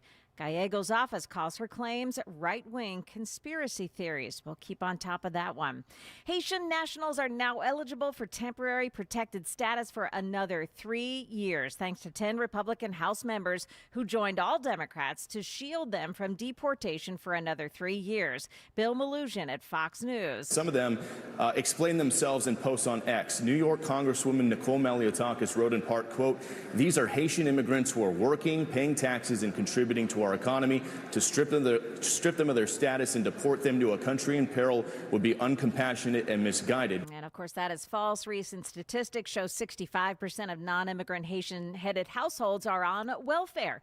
Yesterday's vote defies President Trump's desire to revoke that program. Nissan has announced a new Infiniti vehicle is being built at the Smyrna plant. It's adding the QX65 to the lineup on the same line that the QX60 is being built. Officials there say now 2 of the 3 vehicles in the Infiniti lineup are now coming from Smyrna. Tennessee schools voucher program is expanding now. News 2's Peyton Kennedy.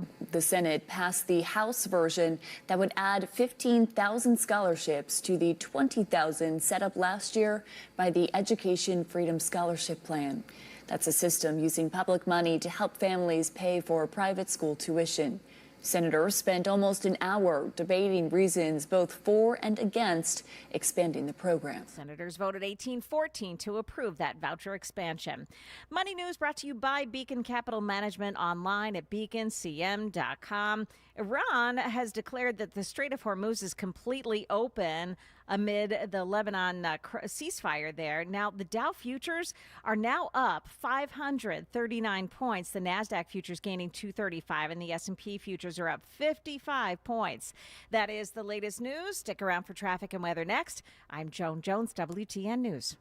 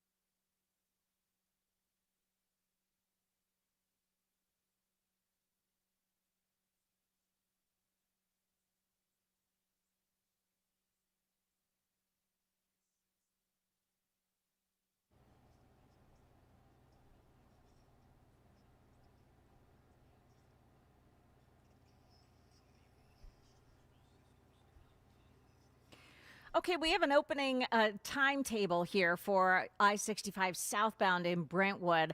Officials are now saying that we're looking at 11:30 this morning that the roadway will reopen. It's closed right now on I-65 southbound between Old Hickory Boulevard and Concord Road, while an investigation into an accident that happened about 4:30 this morning continues. At least one person has died in that accident. Now, out at B&A, you've got 40 westbound really slow at the Donaldson Pike area. It's a crash on the left lane. Battlemont, Leland Lane at Clifton Lane. There's a crash there as well. And on Old Hickory Boulevard in Antioch, watch for an accident at Green Timbers Drive. Traffic every 10 minutes every morning on Super Talk 99.7 WTN.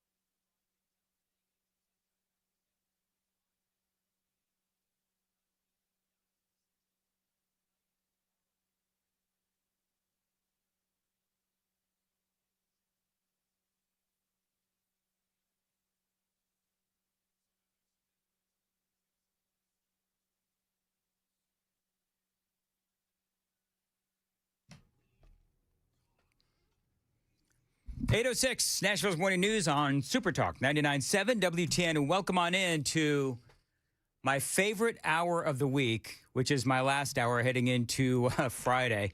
I appreciate you sticking with us here on Nashville's Morning News. Want to welcome on into the program Andy Marshall. Now, Andy, you are running for Williamson County Mayor, and I'm very impressed with your resume. I want to ask you a question real quick, though. First of all, you own a Puckett's in Nashville. That's correct. So, yes. So let me ask you this, Andy. I don't know if you heard me talking about.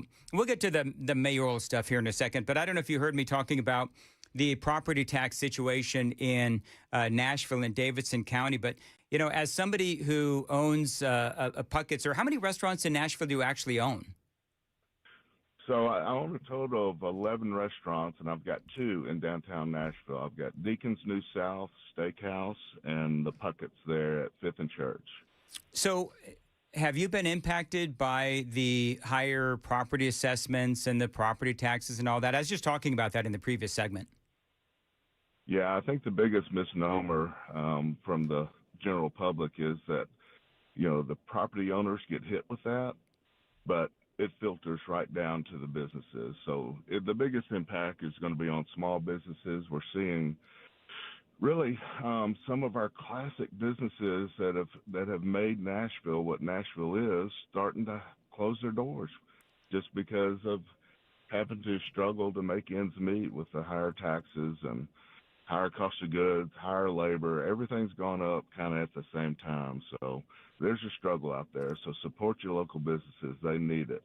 Absolutely. Andy Marshall, a Republican businessman running for Williamson County Mayor here in the 2026 election. You own A. Marshall Hospitality, obviously Andy Marshall Hospitality. You just mentioned some of the restaurants that you own. You employ over 550 people across Tennessee and Alabama.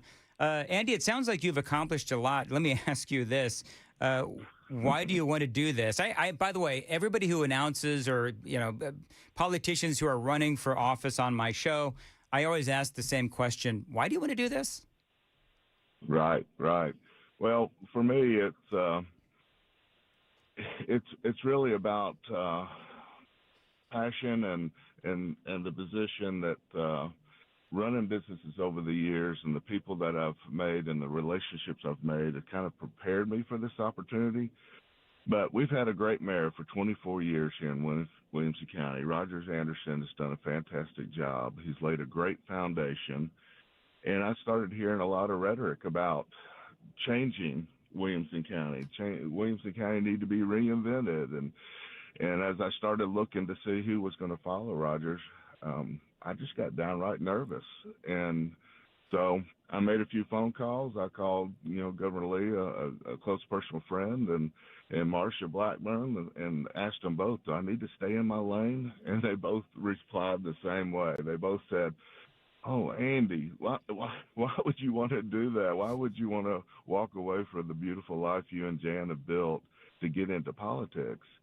And then as I told them why, they said, I can't think of a better person that I could back and a better person to run Williamson County than you. So that was the encouragement I needed. Yeah. It wasn't a plan. I haven't had a vision for this for a long time.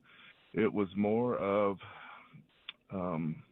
loving this community that literally saved my life. I don't know if you know much about my story, but at age 13, I was actually thrown out of the house in Memphis, Tennessee, and eventually found my way to Williamson County. And that opportunity of having a great education and building a foundation of strength here in Williamson County literally saved my life and put me where I am today. So I want to give back to the community that's given me so much. So so let me ask you, your parents kicked you out of the house at the age of 13? Yeah, my mother and stepfather, unfortunately, they were both alcoholics, and my stepfather had run my brother off, who was 8 years older than me, and then my sister, who was 4 years older than me, and he systematically abused each one of us to the point when I was 13, I started pushing back on the abuse, and one day he slammed his hands down on the kitchen table and said either he goes or I go, and my mother just didn't have the strength to or the courage to say, you know, you need to go. But she looked at me and she said, do you have a place to go? And I said, yes. And I just went and lived with friends until eventually my father found out and came to pick me up, and I started a brand new relationship with him. Well, that's a story that, unfortunately, I would love to delve deeper into that story, but I do want to. I'm glad, though, that you landed on your feet, and I love the fact that you recognize the greatness of the greatness of Williamson County. I lived there for a while. One of the things that is a big issue in Williamson County is the growth, and how there's a lot of people moving to Middle Tennessee. There's a lot of people moving to Williamson County. I have heard those discussions, by the way, about reinventing Williamson County. Talk about what you would what are you running on? What is your biggest platform that you're running on right now?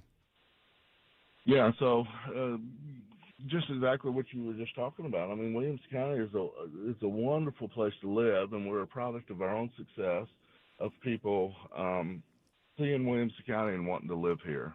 Mm-hmm. And so we've had massive growth here, and just before COVID and post-COVID, it just got accelerated.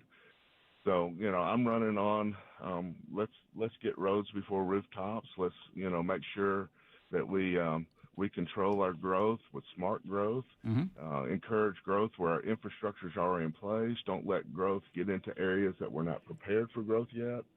Let's take time to get the infrastructure in place first. And sometimes it's okay just to say not now. Let me ask you this. I've got the vision and courage to do that. Andy, let me ask, because I lived in Spring Hill for the first year. This was like years ago, 12 years ago, and I lived in Spring Hill. And when you talk about roads before rooftops, I know exactly what you're talking about. Because when I was in Spring Hill, holy moly, I would there's probably people right now on Main Street in Spring Hill stuck in traffic because the infrastructure wasn't completed before all of those businesses came in. Andy Marshall is joining us. Andy, hold on one sec. I got to check the roads. I'm going to come right back to you. Time to check the roads on WTN.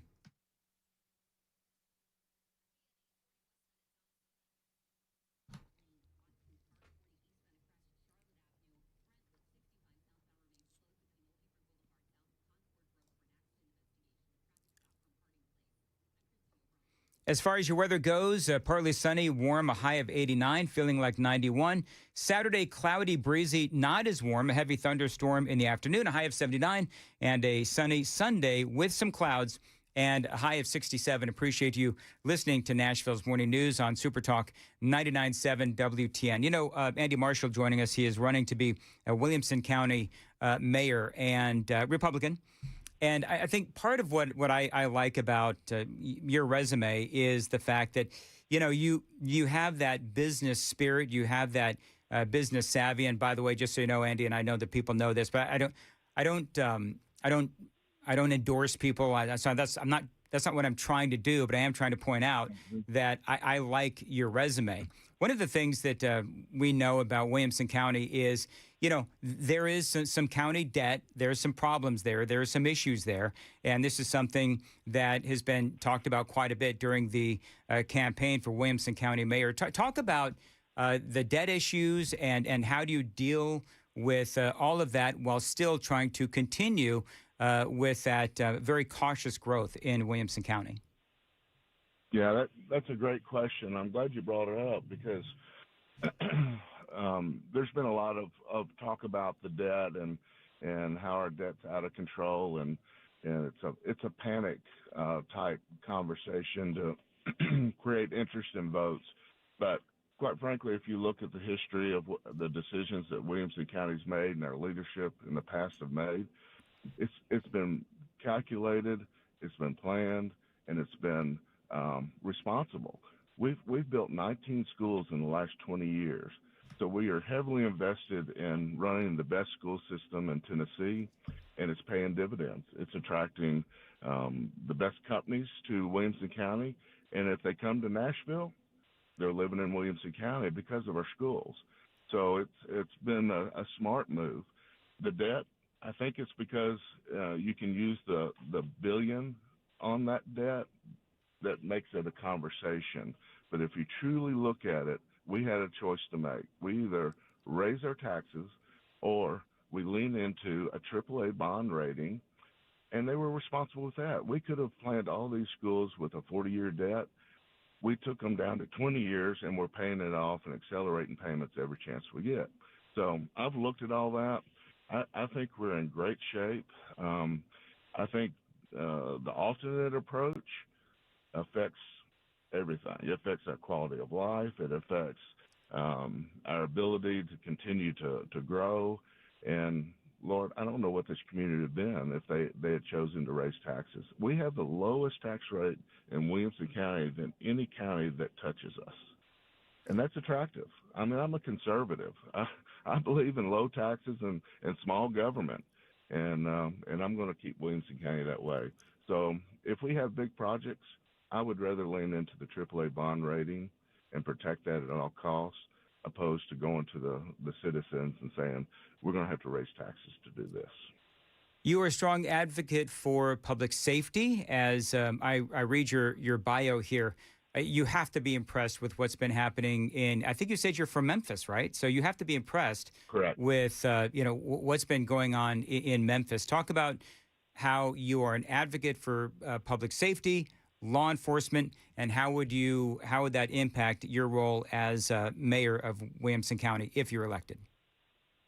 Yeah, right. So, public safety is really a responsibility that we need to make sure that we protect. And it's family safety, it's the safety of your homes, but it's also fire safety. I mean, it's more than just the police. It's managing the whole system here in Williamson County to the benefit of our citizens. So when you talk about our schools and our safety ratings here, it's a big calling card for why people want to live here. So we're going to continue to make sure they have the best equipment and the pay that they deserve. And that's the challenge in front of us for sure, not only for the police, but also for our teachers and for the folks that are working in the county. But we've got to get our pay standard up, and I'm going to work hard at that. One of the things, and this is the final question because I do have some breaking news, but one of the things that I would ask is, you're a business owner, you own all of these restaurants and hospitality. When you look at the books at Williamson County, you look at the job of mayor, are there parallels between running the county and running a business? Well, absolutely. I mean, I think as a business person, it gives you the two advantages. One is you look at P&Ls every day. Everything matters when you're in business. Every line matters. And so you're used to looking at that and making sure that you're running efficiently. That part doesn't scare me at all. The other thing is I'm used to signing the front of paychecks, not just the back of paychecks. I know how to manage people. I know how to motivate people. And that part of the job I'm extremely excited about. The website is it voteandymarshall.com? Correct. All right, voteandymarshall.com. And Andy, good luck to you, and we hope to hear more from you soon. And it should be noted, by the way, the primary is May 5th.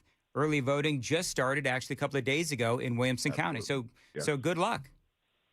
Yeah, and I would humbly ask for their votes. So, people listen to your station, they know how important Williamson County is to the whole state. So encourage people in Williamson County to vote Andy. Absolutely. All right. And I appreciate this time. All right. We'll see you later. Andy Marshall is looking to be the mayor of Williamson County. I usually don't, Joan, do there's no other way to say it, but that's a very micro issue. But, Williamson County, and that's obviously one of our big counties. And from what I understand, we have a lot of listeners in Williamson County. So I wanted to do that interview. Andy Marshall, of course, you have Governor Lee has endorsed Andy to be the Williamson County mayor. There's some other people running in the primary. If they want to come on as well, they are most certainly welcome. We've got some very big news. Yeah. So apparently the Hormuz Strait is now open? Well, that's what Iran says. Iran is saying this. Iran is saying it. So CNBC reporting, Iran has declared the Strait of Hormuz completely open to commercial traffic during the ceasefire between Israel and Lebanon. So somehow Iran is getting involved. I don't know. In line with the ceasefire in Lebanon, the passage for all commercial vessels through the Strait of Hormuz is declared completely open for the remaining period of the ceasefire. Now, that's the foreign minister, Syed Abbas Aragachi. He said on social media this morning, vessels must transit through a coordinated route, he said, coordinated by Iran's maritime authorities. But again, he said that it is open. Now, I don't know where this leaves the United States, transiting like. Well, right, because we're the ones that have it closed. Right. So I'm looking at True Social right now, real quick. Right, and President Trump has confirmed. He said just moments ago, Iran has just announced that the Strait of Iran is fully open and ready for full passage. Thank you. So whatever, I'm not sure I understand, and I'm not sure anybody does right now, what is happening there, but certainly it's helping the markets just go crazy. Oh, now, we yeah. have 6 minutes to go before the market's fully open, but the futures are soaring. The Dow futures are up 569 points right now. And of course, oil is plummeting. Yep. Brent crude oil, 88.77 a barrel right now. We're not even in the 90s anymore. The oil, the West Texas crude oil, the May contract is at $83.91. The June contract at $81.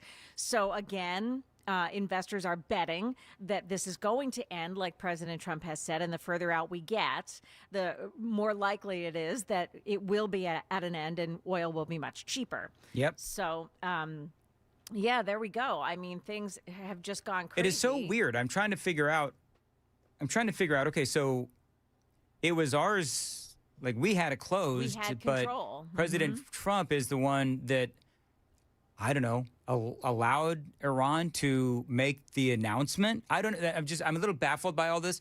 The most important part, though, is that, and gosh, yeah, Dow futures are skyrocketing right now. We're about 5 minutes to the open. Yeah. So, yeah, we'll have to see how this whole thing played out. How did it suddenly become open again? This is obviously, again, huge. This is great news. Didn't see this coming. Yeah. As a matter of fact. Yeah, this is really odd. So I wonder now if is there going to be negotiations this weekend? Well, that's what they're saying. Iran has said just recently as well, within the past few minutes, that they will sit down again, but they're not going to agree to another short-term ceasefire, that it has to be a long-term deal or it's not happening. So I think that the U.S. looks upon that favorably as Iran saying, okay, we're going to give in to your demands. So we're going to see where this goes. Of course, I'm keeping my eye on it to see like what it is that's causing this to all happen this morning. But once again, Iran is saying that in light of the ceasefire between Israel and Hezbollah, that they are going to allow passage of all commercial vessels through the Strait of Hormuz, even though the U.S. has been holding up traffic and threatening to board ships. Yeah, and real quick, this is from Fox News.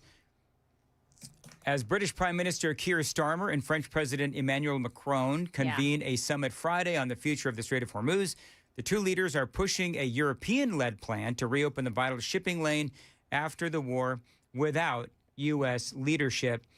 The proposal envisions, as Europeans, a post-conflict naval mission made up of Britain, France, and other, wait for it, non-belligerent countries.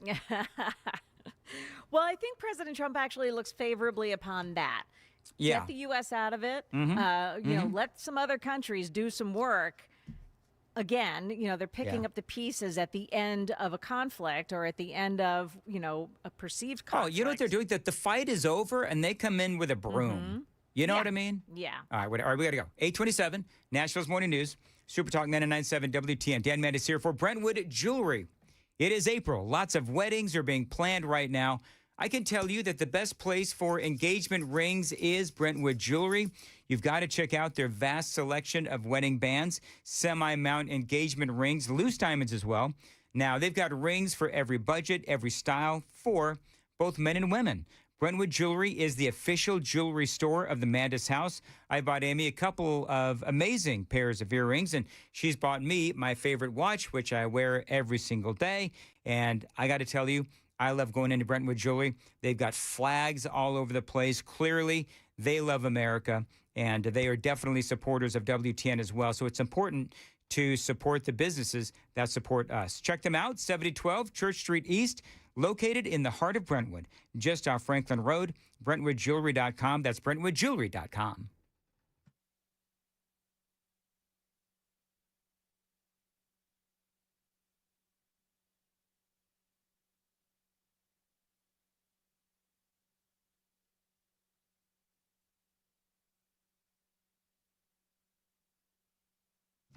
Dan Mandis here for Loan Pronto. Credit card insurance, I should say, interest rates are now over 29%. That's right. Credit card interest rates now over 29%. Now, most people are only making those minimum payments, so they're getting nowhere in trying to pay down that principal. But here's what a lot of homeowners simply don't realize. Using the equity in your home, you can easily access hundreds of thousands of dollars in cash. With Loan Pronto's Rapid Equity Loan, you can pay off your credit cards, your existing HELOC, your car loans, or get money for that home improvement project. Now, one client just got $100,000 approved, saving over $1,500 a month. That is huge.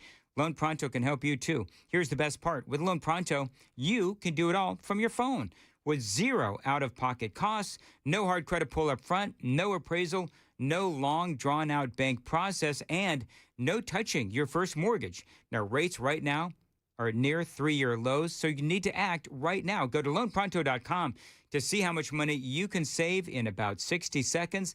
Not only how much money you can save, but also how much money you can get. Loan Pronto, 2,800 5-star Google reviews. Call them at 615-499-5780, 615-499-5780. Find them online anytime. It is loanpronto.com, loanpronto.com. Equal housing lender, NMLS 166-1781, NMLSconsumeraccess.org.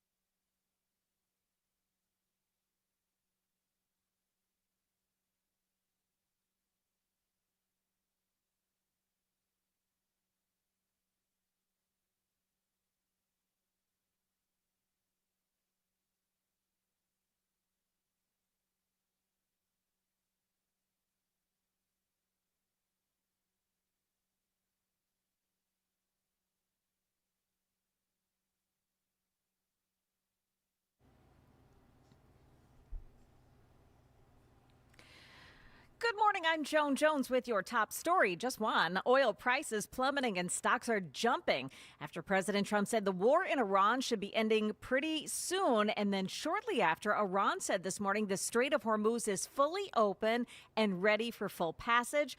President Trump confirming that with a Truth Social post. Stocks are surging here at the start of trading. Now, a warning shot, though, from CIA Station Chief Dan Hoffman issuing this warning on Fox News just moments ago.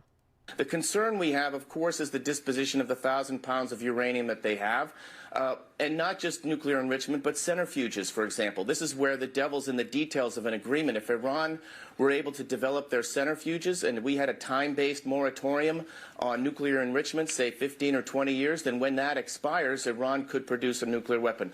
Now, we do have an answer for all of our audience here about the naval blockade. President Trump issuing a separate Truth Social post moments ago. It said the naval blockade will remain in full force and effect as it pertains to Iran only until such time as our transaction is 100% complete. The process, he said, should go very quickly in that most of the points are already negotiated.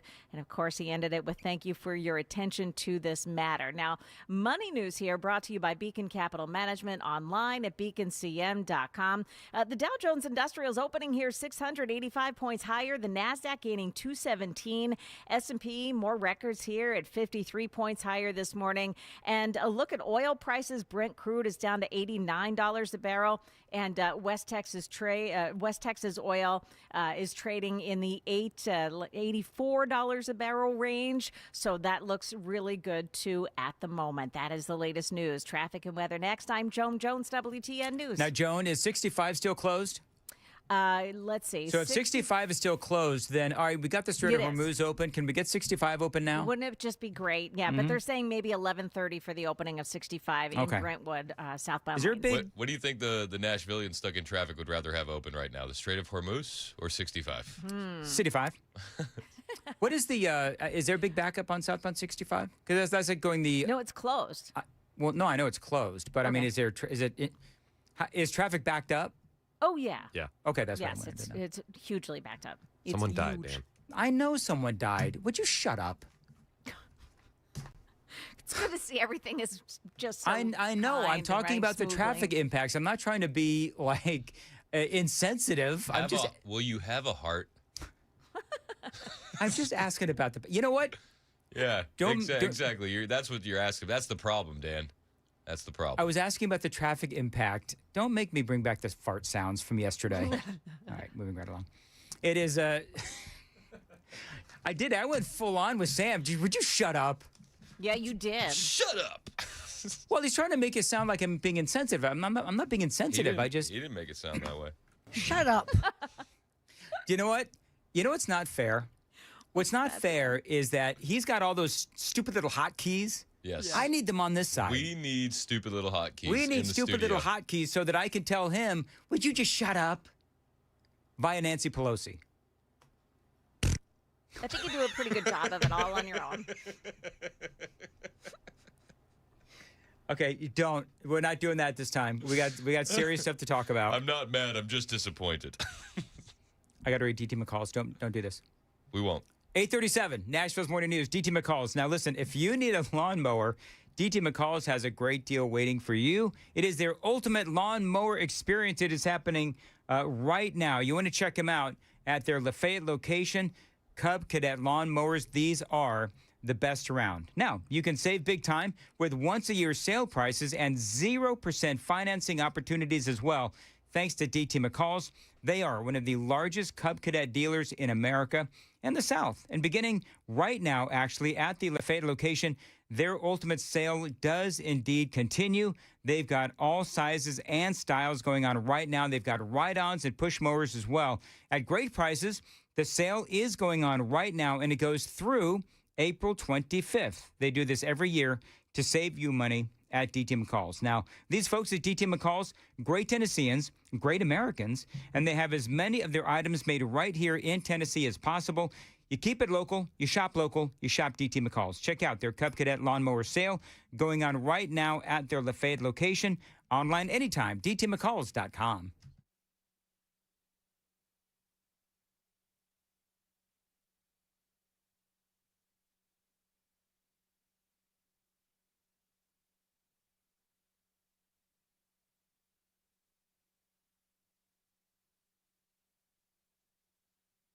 Skip the spring cleaning and sell your home hassle-free with the guaranteed offer from Mark Spain Real Estate. Dan Mandis here. You know, the spring real estate market is in full swing. Skip the hassle of listing your home on the market and sell your home on your terms with the guaranteed offer from Mark Spain Real Estate. No showings, no open houses, just a strong all-cash offer. You are going to close in as few as 21 days when you go through Mark Spain Real Estate. Now, one of their clients, Caitlin, said, working with Mark Spain Real Estate, it was so easy. And yes, they exceeded my expectations. It was a very competitive real estate market, and Mark Spain Real Estate, they helped Caitlin accomplish their goals. Caitlin says, I would 100% work with Mark Spain Real Estate again. Now, Mark Spain Real Estate has been helping homeowners just like Caitlin sell their homes for 30 years, and they've served over 72,000 satisfied clients. So don't worry about the inconvenience of selling your home. The guaranteed offer from Mark Spain Real Estate makes the home selling process seamless and stress-free. Find out what the guaranteed offer would be on your home today. There's no obligation. 855-299-SOLD, markspain.com to get a guaranteed offer on your home today. That's markspain.com and start packing.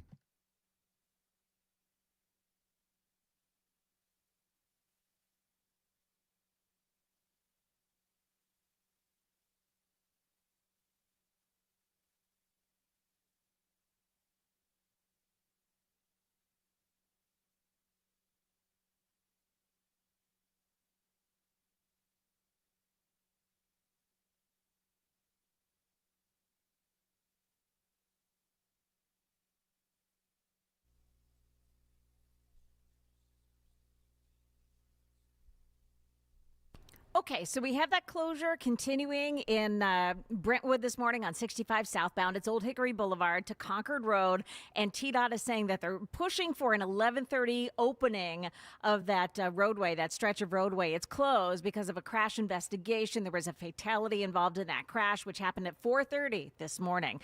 Also, 65 northbound at Concord Road, so around the same area, there's an accident on the northbound side, and there is an injury involved in that one as well. 65 south in Talbot's Corner. That is very slow also because of a crash in the left shoulder right at I-24. And in Antioch on Old Hickory Boulevard at Green Timbers Road Drive in Antioch, you've got a crash scene there as well. Traffic every 10 minutes every morning on Super Talk 99.7 WTN.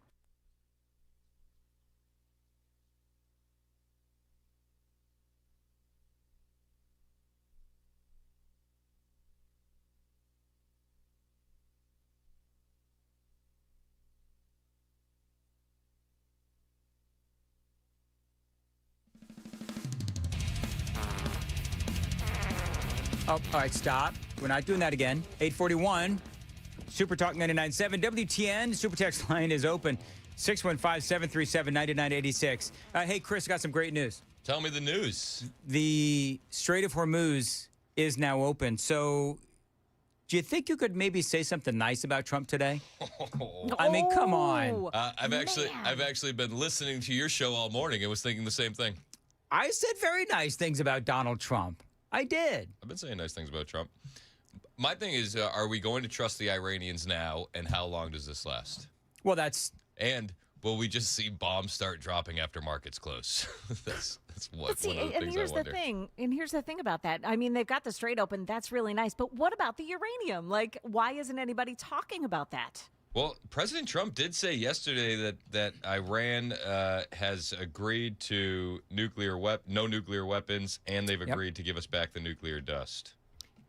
That's what he's saying. I don't see that being confirmed anywhere. Here's the thing. Donald Trump says a lot of things, and people forget to tell the Iranians, right? So, well, he's been yelling at them all day. Did you see that clip? Mm-hmm. Oh, yeah. Yeah. Laryngitis. I've been yelling at Iranians. He does. His voice is starting to go. Sounded like my meme hand. She was a smoker. Chris, I've been yelling at Iranians. All day. All day. What did she smoke? I think she smoked Marlboros. She was a classy lady. Is that like menthol? No. That's I don't know. That's the cowboy cigarette, you know? Yeah. Marlboro Man. Oh, is that the cowboy cigarette with the Marlboro Man guy? Yep. Didn't he die of lung cancer? I think he died of freedom. Actually. think he came down with a bad case of too much freedom. Can I get a serious answer from Sam? Sam, did the Marlboro Man die of cancer, lung cancer, yes or no? He actually never smoked. His name is Bob Norris. He died at the age of 90. Look at Joan. She's right there. She's right on it. He was a philanthropist and rancher, famous for the billboards, the blah, blah, blah. But no, he didn't die of lung cancer. Which guy was that? You ever see the memes online where it's like return to tradition and it'll like have like the the trad wife stuff, but then every now and again somebody will do it, but it'll be like the Marlboro coupons and like return to tradition white man, and it's like the Marlboro duffel bag that you used to get. And Joan, who was that? Did you mention? His name is Bob Norris? Bob Norris. Yeah. So several men portrayed the Marlboro Man in advertisements, and several of them died of smoking-related illnesses, including lung cancer. Okay. So Joan just happens to look. Joan, are you pro big tobacco? Big tobacco.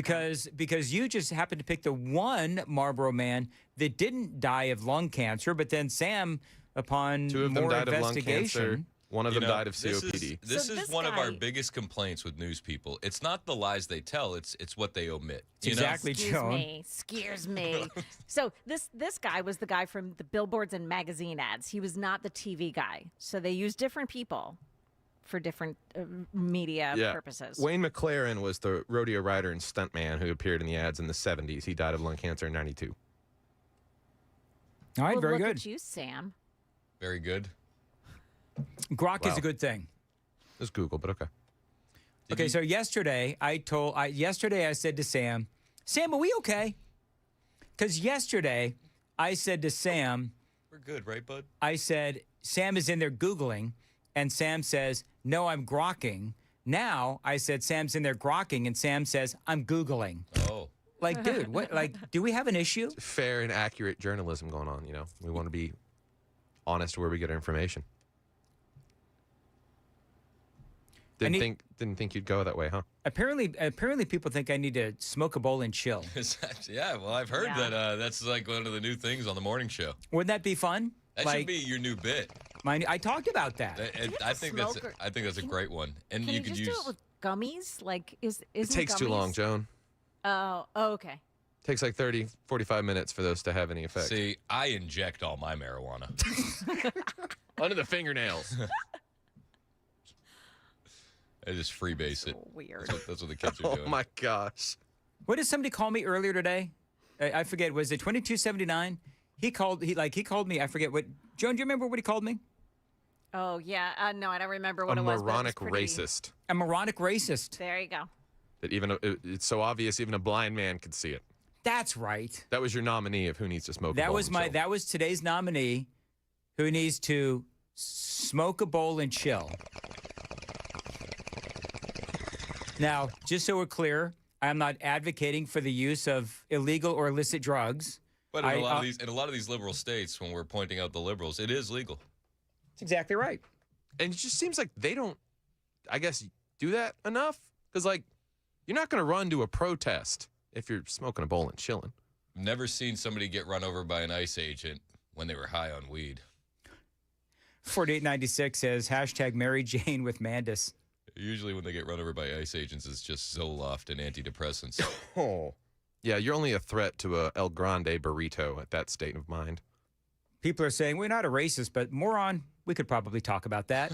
Mandis is a moron in the morning. There you go. Did you see that the White House is going to start investigating the missing scientists? Yes. About time. Donald Trump talked about it yesterday. Ducey caught him on the White House lawn after he asked Caroline Leavitt about it. Caroline Leavitt's like, well, that's a great question, Peter. And I'm going to look into that, and we're going to get you some answers. And he went, oh, bet. And then the first opportunity he had later in the day when he was face-to-face with President Trump, he says, Mr. President, what's going on with the missing scientists? And these are the same missing scientists that Tim Burchett has said that one of the guys, Neil McCaslin, is the UFO gatekeeper. Well, that's the thing. Like, I talked about this a while ago. First of all, 10 are missing or dead. So now it's finally getting into, I guess, maybe the mainstream. And I was talking with a friend last night. I was like, if this was a story 20 years ago, it would be the biggest story in the country, maybe the planet. But they were trying to position it as it could be foreign agents. And I'm like, or it could be guys in our own government. Covering up some loose ends. Some loose like what, Chris? Tying up loose ends. Like what? Like what loose ends? Like the people that know about the demon aliens. I'm looking for the Trump audio. Birds. Or about the birds. The birds. Maybe it is okay. So I think I've got this audio here. Is this President Trump? It's President Trump, and this is missing scientists, and I need some audio, please, if I could. And this is Donald Trump. And the Pharisees analogy, was that What's an happening? accurate analogy, Senator? Nope, I don't know what. 10 missing There we go. scientists with access to classified stuff, nuclear material, aerospace. They've all gone missing or turned up dead in the last couple months. Based on what you've been briefed, what do you think is happening here? And do you think that this is connected or totally random? Well, I hope it's random, but we're going to know in the next week and a half. I just left the meeting on that subject, so pretty serious stuff. But we're going to be hopefully, I don't know, coincidence, whatever you want to call it. But some of them were very important people, and we're going to look at it over the next short time. What do you think has a bigger chance of being a coincidence? Okay, the missing scientists, or all the deaths associated with the Clintons? Ooh, that's a tough one. If we lump the Obamas in with the Clintons. Don't go paddleboarding with the Obamas. Or cook their food. What do you think is going on with the scientists? Because when I did a deep dive into that, and it keeps happening, it's like there's a lot of questions about the fact that like a lot of these folks were tied together, they had connections. If I was a betting man, I would say that it is our own dark black projects, and they're taking out our own people. But why would they do that? Why would it not be a story until the news caught wind of it? This would have been a much bigger story. If it was foreign agents taking out our top scientists in the middle of all of this, I think we would have heard about it sooner. Like, I think it would have been coming from inside the administration, letting us know, as opposed to us bringing it to the administration. Well, the president has no idea about this stuff, right? I don't know if you saw that documentary, and where they say, well, the president is on a need-to-know basis. That's the one that Burchett was in, right? Yeah. What was the name of that, Sam? That documentary that pretended I didn't tell you to shut up earlier. What was that documentary that somebody help me on the soup text line? It's a documentary about aliens. And it had Marco Rubio in it, had J.D. Vance in it.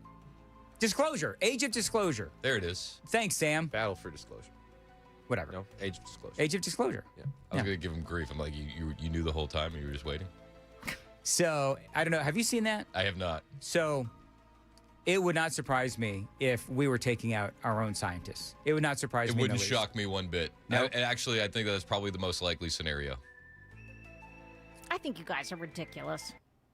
Okay, Joe. Every penis book known to man. Stop it, Sam. You know what's a good alien movie? Underrated. That you should watch this weekend? What's that? District 9. I've seen District 9. Have you? Yeah. It's the best alien movie out there. District 9. Is it a serious movie or is it? It's a serious movie. Like this spaceship comes to above South it's Africa. Not serious. No. It's a fiction movie, but it's seriously a good movie.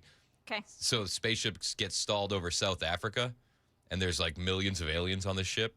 So they set them up a refugee camp. Yep. It's awesome. Okay. What is the best? Let's go around the room. What is the best alien movie out there? Alien. Okay. Joan says Alien. I have not seen Alien yet. Sam? Pacific Rim. I haven't seen it. Yeah, you have. It was years ago. It's the. How are you going to tell me that I've seen something? Right? Yes, you have. No, you don't even. We've known each other for like 2 years. Like, what do you mean I've seen it? It's where the one they've got the kaiju, giant alien creature things in the sea, and they build the giant robots to fight them everywhere. Nope. No. Sounds It was great. Sounds like every Japanese movie that Americans have parodied. District 9 was an allegory for racism. That's why I kind of. Chris? I thought those aliens needed to go home. So that's what I was cheering for that. Mm-hmm. All right. Let's see here. What is mine? I like Contact with Jodie Foster. Oh, yeah, that was good. What's the one with Amy Adams? Right. I was just thinking about that. What was the one with Mel Gibson? Remember that one? Signs. Signs. That was good. Signs that was good. a good one, too. RJ Arrival. pointed something out. Would They Live count as an alien movie? Yes, They Live would absolutely count as an alien movie, and that would actually jump. I was about to say District it 9. changes my favorite, too. Have you seen They Live with Roddy Piper? I have not. What? E.T.? What are you doing? Why haven't you done that? I'm a little busy, Chris. Shut up, Chris. Dan. The Amy Adams movie is Arrival. This is why you're losing support on the morning show, Is Dan. this what it is? I keep telling everybody to shut up. No, They Live is an awesome movie. It's one of the best. Arrival is really good, too. Yes, I think that's that's good. Jeremy Renner and Amy Adams. Independence Day. There's so many. Will Smith, baby. What's the famous quote? This is our Independence Day. That's what it was. That was it? Rah, rah. What the heck? Anyway. Are you going to tell me to shut up too, Dan? Shut up, Joan. Shut up. Men in Black. Men in Black. Oh, yeah. Men in Black's a good one. Mm-hmm. They went to the well too many times for that, though. Dan wouldn't put on the glasses, Chris. LOL. Nope. I would not put on the glasses. That's right. Alien Nation is another that's one. a They Live reference. Oh, is it? Yeah. I thought that was a Men in Black reference. You put on the glasses and then No. They Live. It's the magic glasses. It lets you see what's really happening in society. It's like the Matrix, but you don't have to leave the dimension. There's some rules with the glasses. Yeah. Once you got them on, you can never take them off. E.T.? And you can't force you anybody else guys, to wear them. I mean, maybe recency bias is at play here, but E.T., no? No, I'm not a Spielberg fan. Don't. Okay. Very Close good. Encounters. Close Encounters is good. That's good, too. War of the Worlds. Yeah. Like, honestly. Oh. Original or Tom Cruise? And then we got to No, go. original. You going original? You going Yeah. old school? What about you, Chris? War of the Worlds? No, I'm sticking with They Live and District 9. Also, I got a Matt Murphy co-sign on They Live. Oh, really? Everybody's seen it but you, Dan. What's going on? You know what? I'll see it this weekend. Perfect. All right, very good. Let me know if you need to find it illegally online. Joan, what is coming up in the news at 9? Yeah, we've got more on this opening of the Strait of Hormuz and what it means for what's happening with the negotiations with the U.S. It's coming up here at 9 o'clock on Super Talk 99.7 WTN. 8:56. Dan Mandis here for my friends at Contours. Summer is months away, but the work to get that beach bod back begins right now if you haven't already started. Now, my friends at Contours, they can help you get it back with FDA-cleared red light technology. Now, they're going to help you target those areas that you hate, whether it's your belly, your arms, or your legs, whatever problem area you have, they can solve that problem. No pain, no surgery, no downtime, just results. Now, right now, the first 10 callers get a special introductory price of just $99. And also remember, you lose 2 inches across the belly or it is free. So, first 10 callers right now. Special introductory price of just $99. 615-236-9960. 615-236-9960. ContoursLLC.com. Contours, where all you've got to lose is inches.